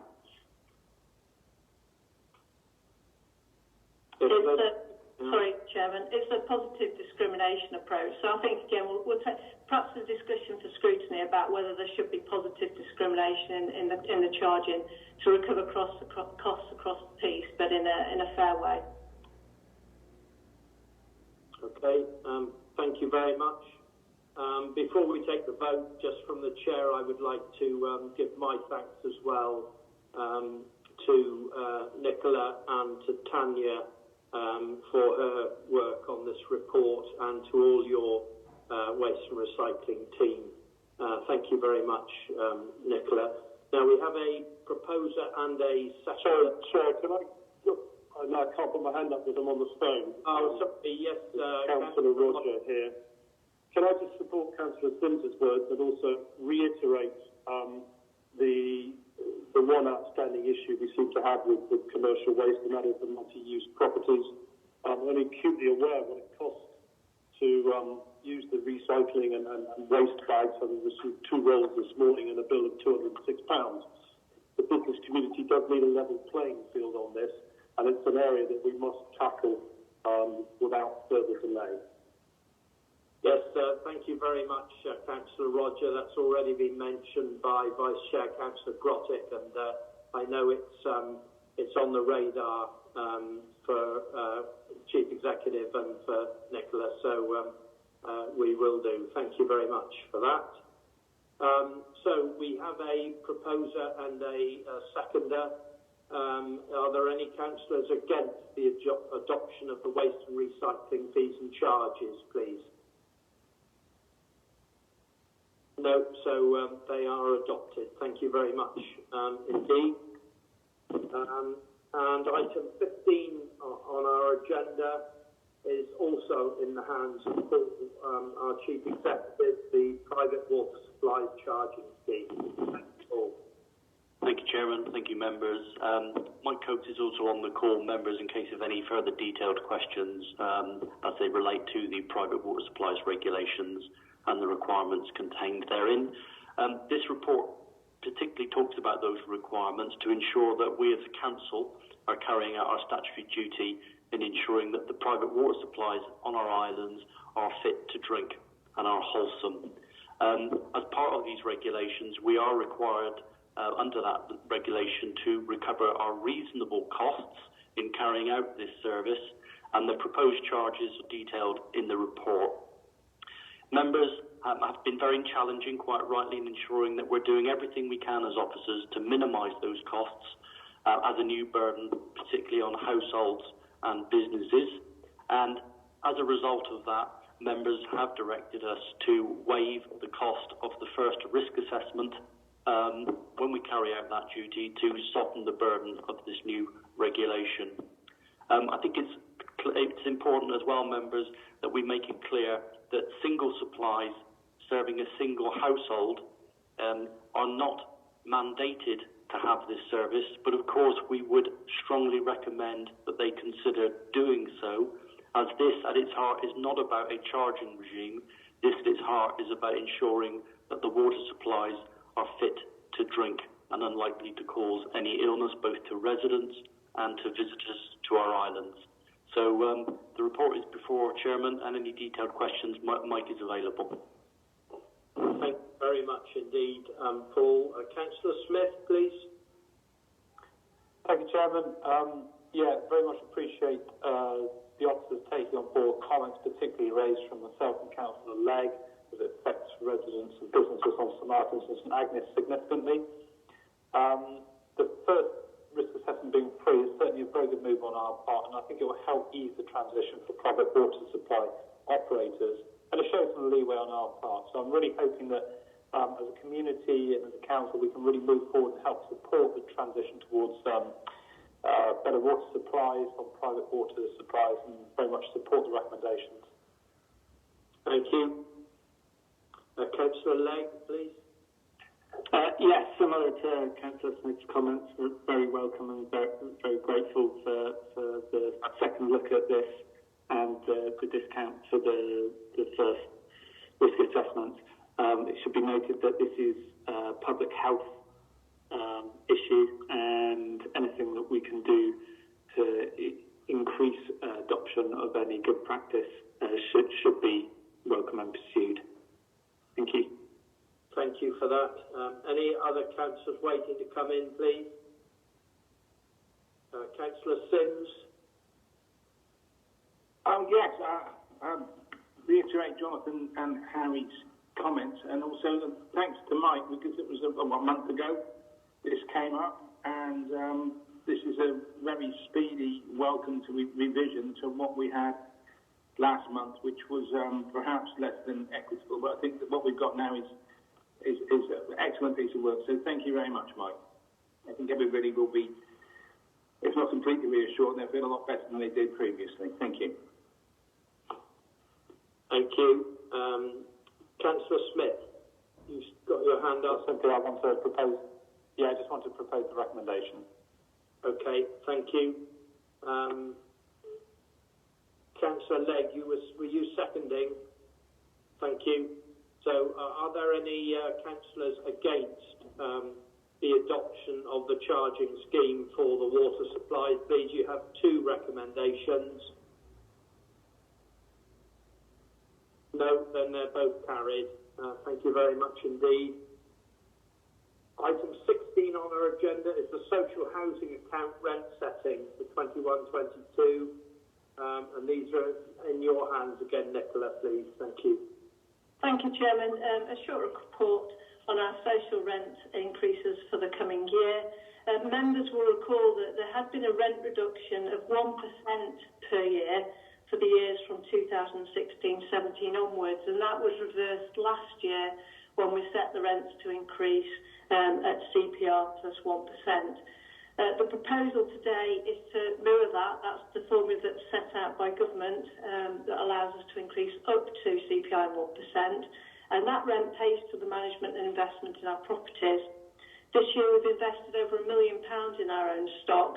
I think it seems fair to me that we increase our rents to reflect those improvements and to enable us to have a rolling programme of repairs as we move forward. So the proposal in the social rent paper is to increase those rents by CPI plus 1%, and that amounts to between 97 pence and £1.48 a week per property, depending on the size of the property. We're just going to cover the cost of the service charges, so the principle of cost recovery on those, and for the garages, we're suggesting an increase of CPI alone on that. We've not done any repairs to those properties in the year. One thing we will be doing over the coming year, we'll be looking at how we look at rents moving forward, whether there is any opportunity to increase those rents as we invest in our properties further. And I think it's a timely opportunity as we come to the end of bringing our properties up to decent home standards and meeting our regulatory requirements to look at what is a fair and affordable rent on the island. So in the coming year, the service plan does include work around rent setting. But for this year at least, we're setting it at the formula as set by government at CPI plus 1%. Thank you, Chairman. Thank you very much, Nicola. Councillor Sims, please. Thank you for this report. I'm glad that there wasn't a lot, was it? We had to reduce housing rents by 1% year on year for quite a long time, which was absolutely crazy because there's a big disparity, particularly on the islands, between the private renting and council renting, and this gives us a chance over time to make it a little bit more equitable. So I'm delighted with this, and I'd like to propose the recommendation. Thank you very much. Could I have Councillor Dean next, please? And apologies, Councillor Dean, I should have taken you first. That's all right, Chairman, no worries. Just fully support the report. I think it's a very small price to pay for the amount of work that we're putting into our housing stock. And as Nicola points out, the weekly cost is tiny. I'll second the proposal. Thank you. Councillor Williams, please. Thank you. I agree with what's already been said. I was a little bit surprised to see the increase on garages is different to the increase on properties, but Nicola's touched on that. Would again echo what she said. It's very visible, some of the repairs and maintenance, painting, decorating, the repairs to retaining walls and things like that, which is going on, which is obviously beneficial to our tenants. I did wonder to myself whether tenants would pay more if there was a commitment for better repairs and maintenance. But I remembered it's an election year, so I won't pursue that. But I think there's probably a discussion to be had at some point whether our rents are slipping too far behind some of the other sectors. But I won't push too much today. Thank you very much, Councillor Williams. Is anybody else waiting to come in, please? So we have a proposer and a seconder for the adoption of this rent setting for social housing. Are there any councillors against this adoption, please? No, then that's carried. Thank you very much indeed, and thank you very much, Nicola, for your work on that. Just before we move on to item 17, I meant to thank the Chief Executive and our Environmental Health Officer, Mike Coates, for their efforts in sorting out the arrangements, better arrangements for the private water supply. So on the previous item 15. So thank you very much both for that. So item 17 on our agenda is the general fund account rent setting. Again, in your hands, Nicola. Thank you. Thank you, Chairman. It might come as a surprise that we've got a slightly different approach on our general fund properties, but perhaps I can explain the background to that. Prior to April 19, the rents for the general fund properties were increasing at 4% per annum at a time when the social rents were reducing by 1% per annum. And that 4% increase was becoming more and more unaffordable, and last year we sent the rents for CPI plus 1%. So we're trying to balance out the need to pay for our repairs to our properties against the need to ensure that our rents are affordable moving forward. So I think one thing that sprung to our mind is providing value for money, and we had a rent review done this year on our general fund properties at the request of one of our tenants, just to check where we were, to see whether we were charging the market rate, above the market rate or below the market rate. And you'll see in the report, actually we are charging at below market rate. But if we charge market rate, it wouldn't be affordable. And that's that difficulty, isn't it? Is setting something that balances it out so that we've got these service properties. Generally, people are employed by the council, paying rents to the council as part of their career and their life on the island. So it is a difficult balance to make. And on this report, we've suggested CPI only, CPI not plus 1%, but just CPI, just to see if we can keep the balance and the disparity between the social rents and service tenancies, these general fund properties, within a closer range. It's something we need to probably have a look at, and I know I've had some discussions with Councillor Marcus and with Councillor Grottig about work that needs to be done this year to look at our rents across the piece, both general funds and social funds. But I think for the purpose of this work, we just need to set the rents for the coming year, because any review of rents needs to be done in conjunction with our tenants. And we must do that as part of our consultation process. It's in the service plan for the coming year, but for now, we're suggesting that these rents should be increased by just CPI because of the disparity between the gap between the social rents and these general fund properties, and the implications of affordability, given those quite substantial rises in rents over previous years. So the recommendation is before you to approve the general fund rent increase at CPI only for these properties.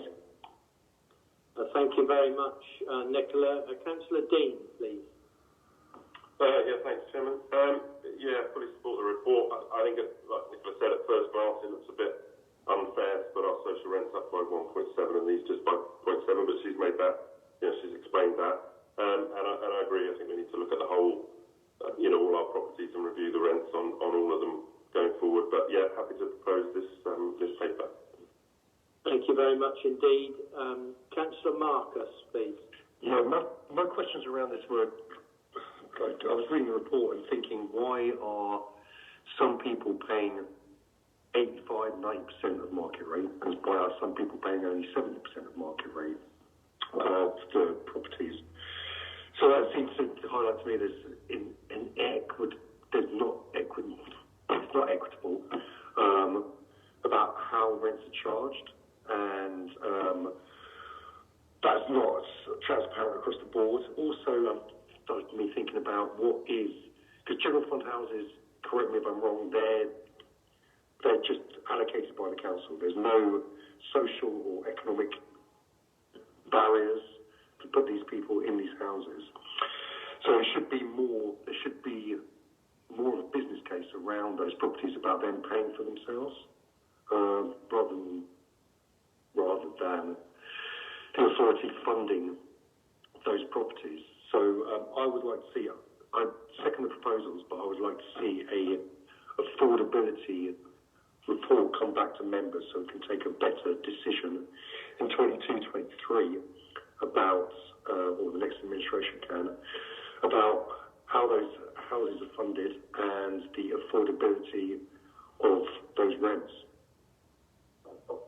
Okay. Chairman, if I could come in as well, I think when you look at those social general fund properties, we've got a range of not only rents but a range of salaries to those households. So you've got people in the range from people who work for Park House who are on much lower salaries to those that are, say, are on professional grades. So it is a mix of affordability, and affordability will range because of the salaries as well. So again, it's quite a complex area to look at. There is some work that's been done nationally around what's an affordable living rent, and that's been set at 1/3 of someone's one-third of household income. So it's one of the criteria we can look at as we start looking at rents moving forward. But it's not simple. It's a fine balance between affordability and not discouraging or getting into debt, our tenants getting into debt. But it's a difficult area of work to look at, but I think it needs to be done with councillors and with tenants to look at making sure that we get that balance right, because it's not an easy one to juggle. Thank you. Councillor Grosset, you wanted to come in. Yeah, just a quick comment, which is just slightly to widen the debate. I really believe we need more social housing for rent. I think the cost of houses here are high, and the way for our youngsters to be able to stay, work and raise families here is that we need more social housing for rent, regardless of the debate around affordability and rent levels. Thank you.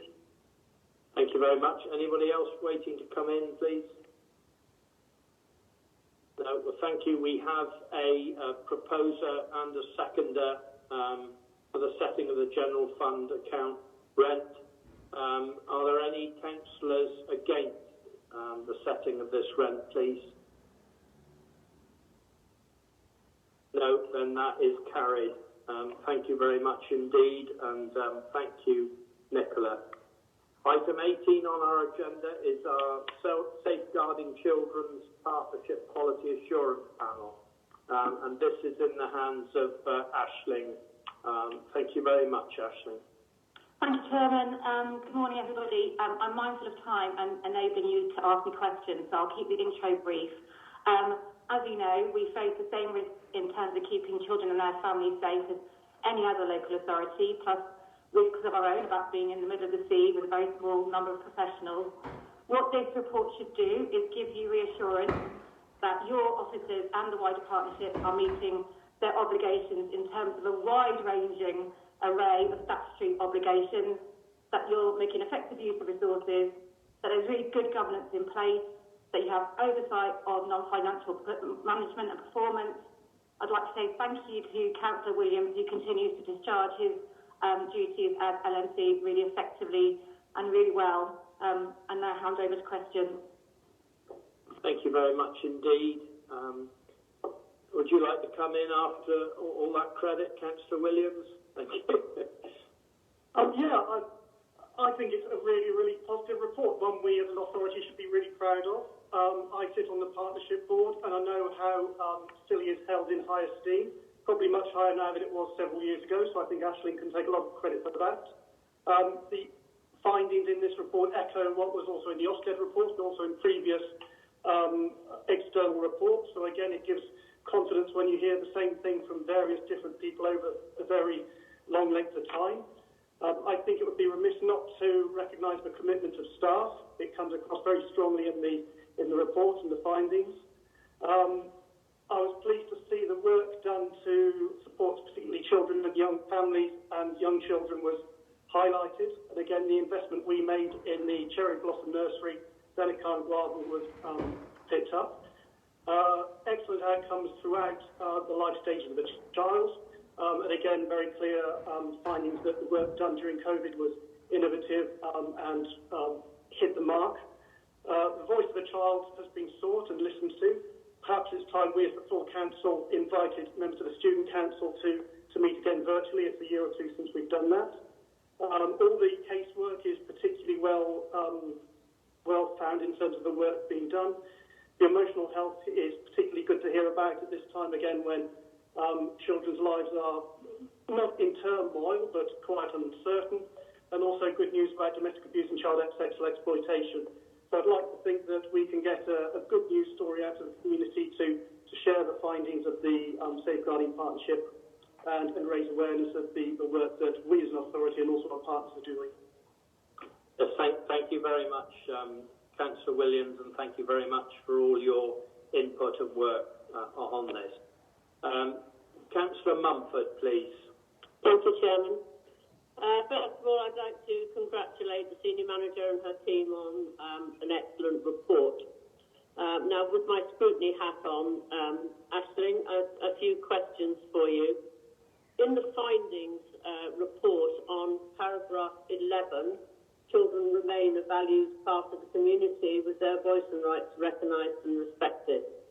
There are concerns that the COVID-19 pandemic has affected how well children have been prepared to experience life on the mainland during their post-16 education. I wondered if there'd been any extra help for these children, especially the ones that will be going in September. Do you want all the questions in one go, Aisling, or would you like to deal with them as I go along? I'll answer that one now. So that's a whole stream of work called Preparing for Adulthood, and actually we've developed a project with the Scilly Parent Carer Forum and the police to look at a whole range of projects to support young people who've missed out on some of those transition activities. Obviously, a lot will depend on what is going to be safe for them to do, but there's a really good project there, and that's being funded through the Community Safety Partnership. So I can bring you updates on that when I next come to scrutiny to look at developments. Yes, I mean, I think the three recommendations at the end will be coming to scrutiny for an update shortly, I hope. The next one is paragraph 39. Children affected by domestic abuse receive an excellent service on the Isles of Scilly with multi-agent communications and the focus on early intervention, ensuring issues are dealt with at a very early stage. There are concerns that not all incidents are being identified, but all known events are responded to. Is there any way there can be better identification or improvement on this situation?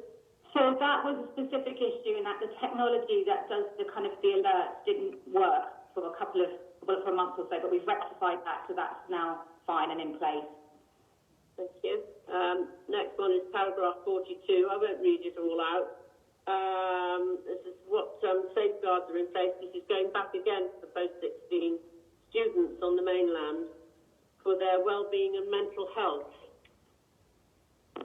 So all children over 16, we have regular contact as a partnership from the local authority, regular contact with the pastoral team at various colleges. As you'll be aware, children aged over 16 are in a slightly different universe from those under 16, so we have slightly different statutory obligations. Any young person with who has a social worker or an EHCP plan gets additional support and continuous communication with their education providers. Thank you. And lastly, the Bloom, is that functioning again? Yes, it is. It's going very well. Thank you. Excellent. Thank you very much, Aisling, for that. Thank you. Is anyone else waiting to come in, please? No? Well, Francis, Councillor Grotty. Thank you, Chair. Just quickly to say it's so pleasing to notice that an increasingly less number of children need to be supported by CAMS, which is testament to the amount of local support we can give them, which is obviously far more easy for them to access and beneficial. So thank you to everyone involved in that. Okay.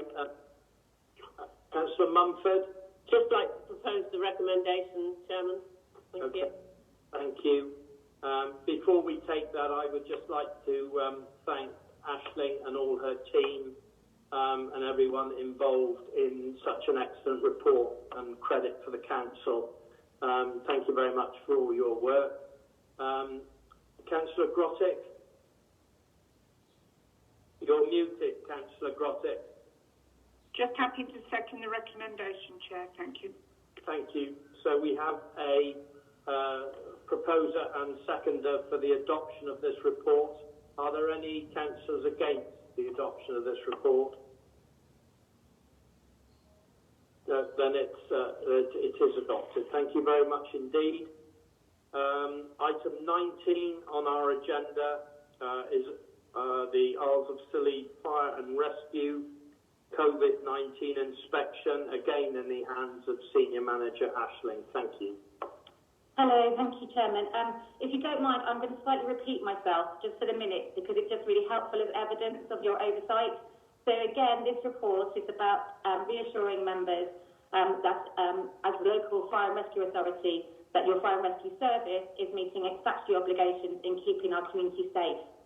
It's about demonstrating that we're making effective use of resources, that there's good governance in place, that there are mechanisms for performance management, and again, I'd like to thank the Chairman for his contribution to the process as the de facto Chairman of the Fire and Rescue Authority. Thank you very much, Aisling. Are there any questions or issues, please? Councillor Sims? Yeah, I was going to say this in the last report. I've got to leave it for this one. I just think it's quite interesting comparing the situation we are in now to the situation in 2013, when the council was frankly in a bit of a mess. But over the course of the last few years, everything has just got so much better. The children's report, the last one, fire and rescue, the airport was in special measures back then. Everything's much, much better. The fire reports are really good. So it's the council, and thanks to the senior officer really, much more so than us senior officers, is a much, much more professional, accountable body now than it was then, when I think frankly it was a bit ramshackle. But it's always turning into a slick, well-oiled machine now. So thank you to everybody. And I mean, we may get some more reports of the last council meeting of this session, but I just wanted to make this point now, how markedly the council as a corporate body has improved over the last, 8 years now. So thank you to everybody involved, and thank you specifically for the last two reports, Ashton. It's great news. Thank you. Thank you. Councillor Smith? Thank you, Chair. Yeah, fully endorse what Councillor Sims says there. Absolutely right. Just onto this report in particular, great to see a positive report, and many thanks to all our fire service on the island, from the firefighters through to management. Three specific questions. Firstly, accrued training sessions arranged adequately in all stations to minimise any risk of COVID infection. Secondly, where are firefighters in the vaccination queue? And thirdly, what's the plan to get home safety checks back on track? I think we covered this last year. I can't remember the exact outcomes, but I sort of wonder what progress has been made, including any alternative methods, given house-to-house checks are probably not a good idea right now. Thank you, Councillor Smith. So in terms of crew training sessions, so we have a watching brief on this. So we look at prevalence of infection, etc. on the island to make sure that it's safe. We've got cohort working so that we can keep teams separate, and that particularly applies on St Mary's. We've got a deep cleaning regime in place across all the stations, and obviously all our staff are supported to be socially distanced, to wear the appropriate PPE and use the appropriate sanitisation methods. And I thank everybody at all the stations who've been really good at adhering to that. We have invested in new technology to support people to do risk-critical training so that we can minimise the amount of time that people spend together. In terms of home safety, we have been delivering it through an online methodology, and we've been working with adult social care to identify those most at risk and how we can support adult social care staff to maybe deliver some of those home fire safety messages. We are having a conversation with our protection colleagues in Cornwall Council about anything further we can do, because what concerns me is that when we first planned all this stuff, back last year, I don't think we realised the length of time that this would go on for. And are there any new kind of bits of best practice we can pick up from other local authority areas? And then in terms of vaccine, as you will be aware, that the government has not yet announced anything to do with certain kind of occupations. So Fire and Rescue Service have access to a limited testing programme, but we are trying to augment that. But in terms of vaccines, unless our crew fall within the priority groups as announced, they're not going to be able to jump the queue, and I can't make that happen yet. But there's a huge amount of lobbying because of their face-to-face contact. So thank you. Thanks, Ashley. Thank you. Councillor Legg, please. Well, thank you. I'd like to echo Councillor Finsbury's comments about the level of service we provide. I'm often passing the fire station during training periods, and it's been welcome to see all of their efforts during COVID times, just the lengths that they're going to maintain their skills whilst maintaining safety. It's been brilliant to see. Thank you for this report, and I'm happy to propose the recommendations. Thank you very much. Councillor Sims, are you seconding the... Sorry, I can't hear you. I'm happy to second it. I'll take my hand down now. I should have done before. That's all right. Thank you very much. So before we just take the vote on that, I would like to again thank Senior Manager Ashling for her hard work with all this, and obviously specifically the Fire and Rescue Service for being able to deliver this service for us and be appreciated for it, which is a great credit again to the Council. Thank you very much indeed for that. So we have a proposer and a seconder for the adoption of this report. Are there any councillors against its adoption, please? No, then that is also adopted. Thank you very much indeed. Now we move on to item 20, which is, I think it's the Wild and Dangerous Animals rather than Dangerous and Wild Animals Act 1976 in the hands of Mike Coates, our Environmental Officer. Thank you, Mike. Thank you, Chair and members. I'd just very quickly like to present a proposal put forward by DEFRA, again similar to the one last council for the Zoo Licensing Act 1981. So this is for the Dangerous Wild Animals Act 1978. We had a proposal put forward by DEFRA to add the Council of the Isles of Scilly to the responsible local authorities listed within the Dangerous Wild Animals Act 1978. DEFRA, as you know, is undergoing a review at the moment of the Act, and will be presenting proposed amendments to Parliament in the near future. In accepting the proposal, the Council will hold powers of management and enforcement to licence all kept dangerous wild animals as defined within the schedule to the Act, ranging from, if you're interested, from aardvarks to wandering spiders, hopefully not too many of those. So I'd just like to propose the recommendation, Chair. Thank you. Grosick. Thank you, Chair. I'd very much like to support this recommendation. I'd also like to say on a personal level that I hope this Act will enhance the support of any wild animals regrettably kept in captivity on these islands. Thank you. Thank you. Anybody else wishing to come in on this, please? I'd just like to second the proposal. I think it's I don't think it's urgent, but it's welcome. Okay. Thank you very much. So are there any members against the proposal for DEFRA to add the councillors for the Isles of Scilly as an authorised local authority? No, then that is carried. Thank you very much. And that concludes all our Part 1 items for today. Thank you very much, everybody involved. Part 2 reports for information only. Item 21 on that is coming to our March meeting now, and the schedule of delegated planning applications attached and member updates for your information.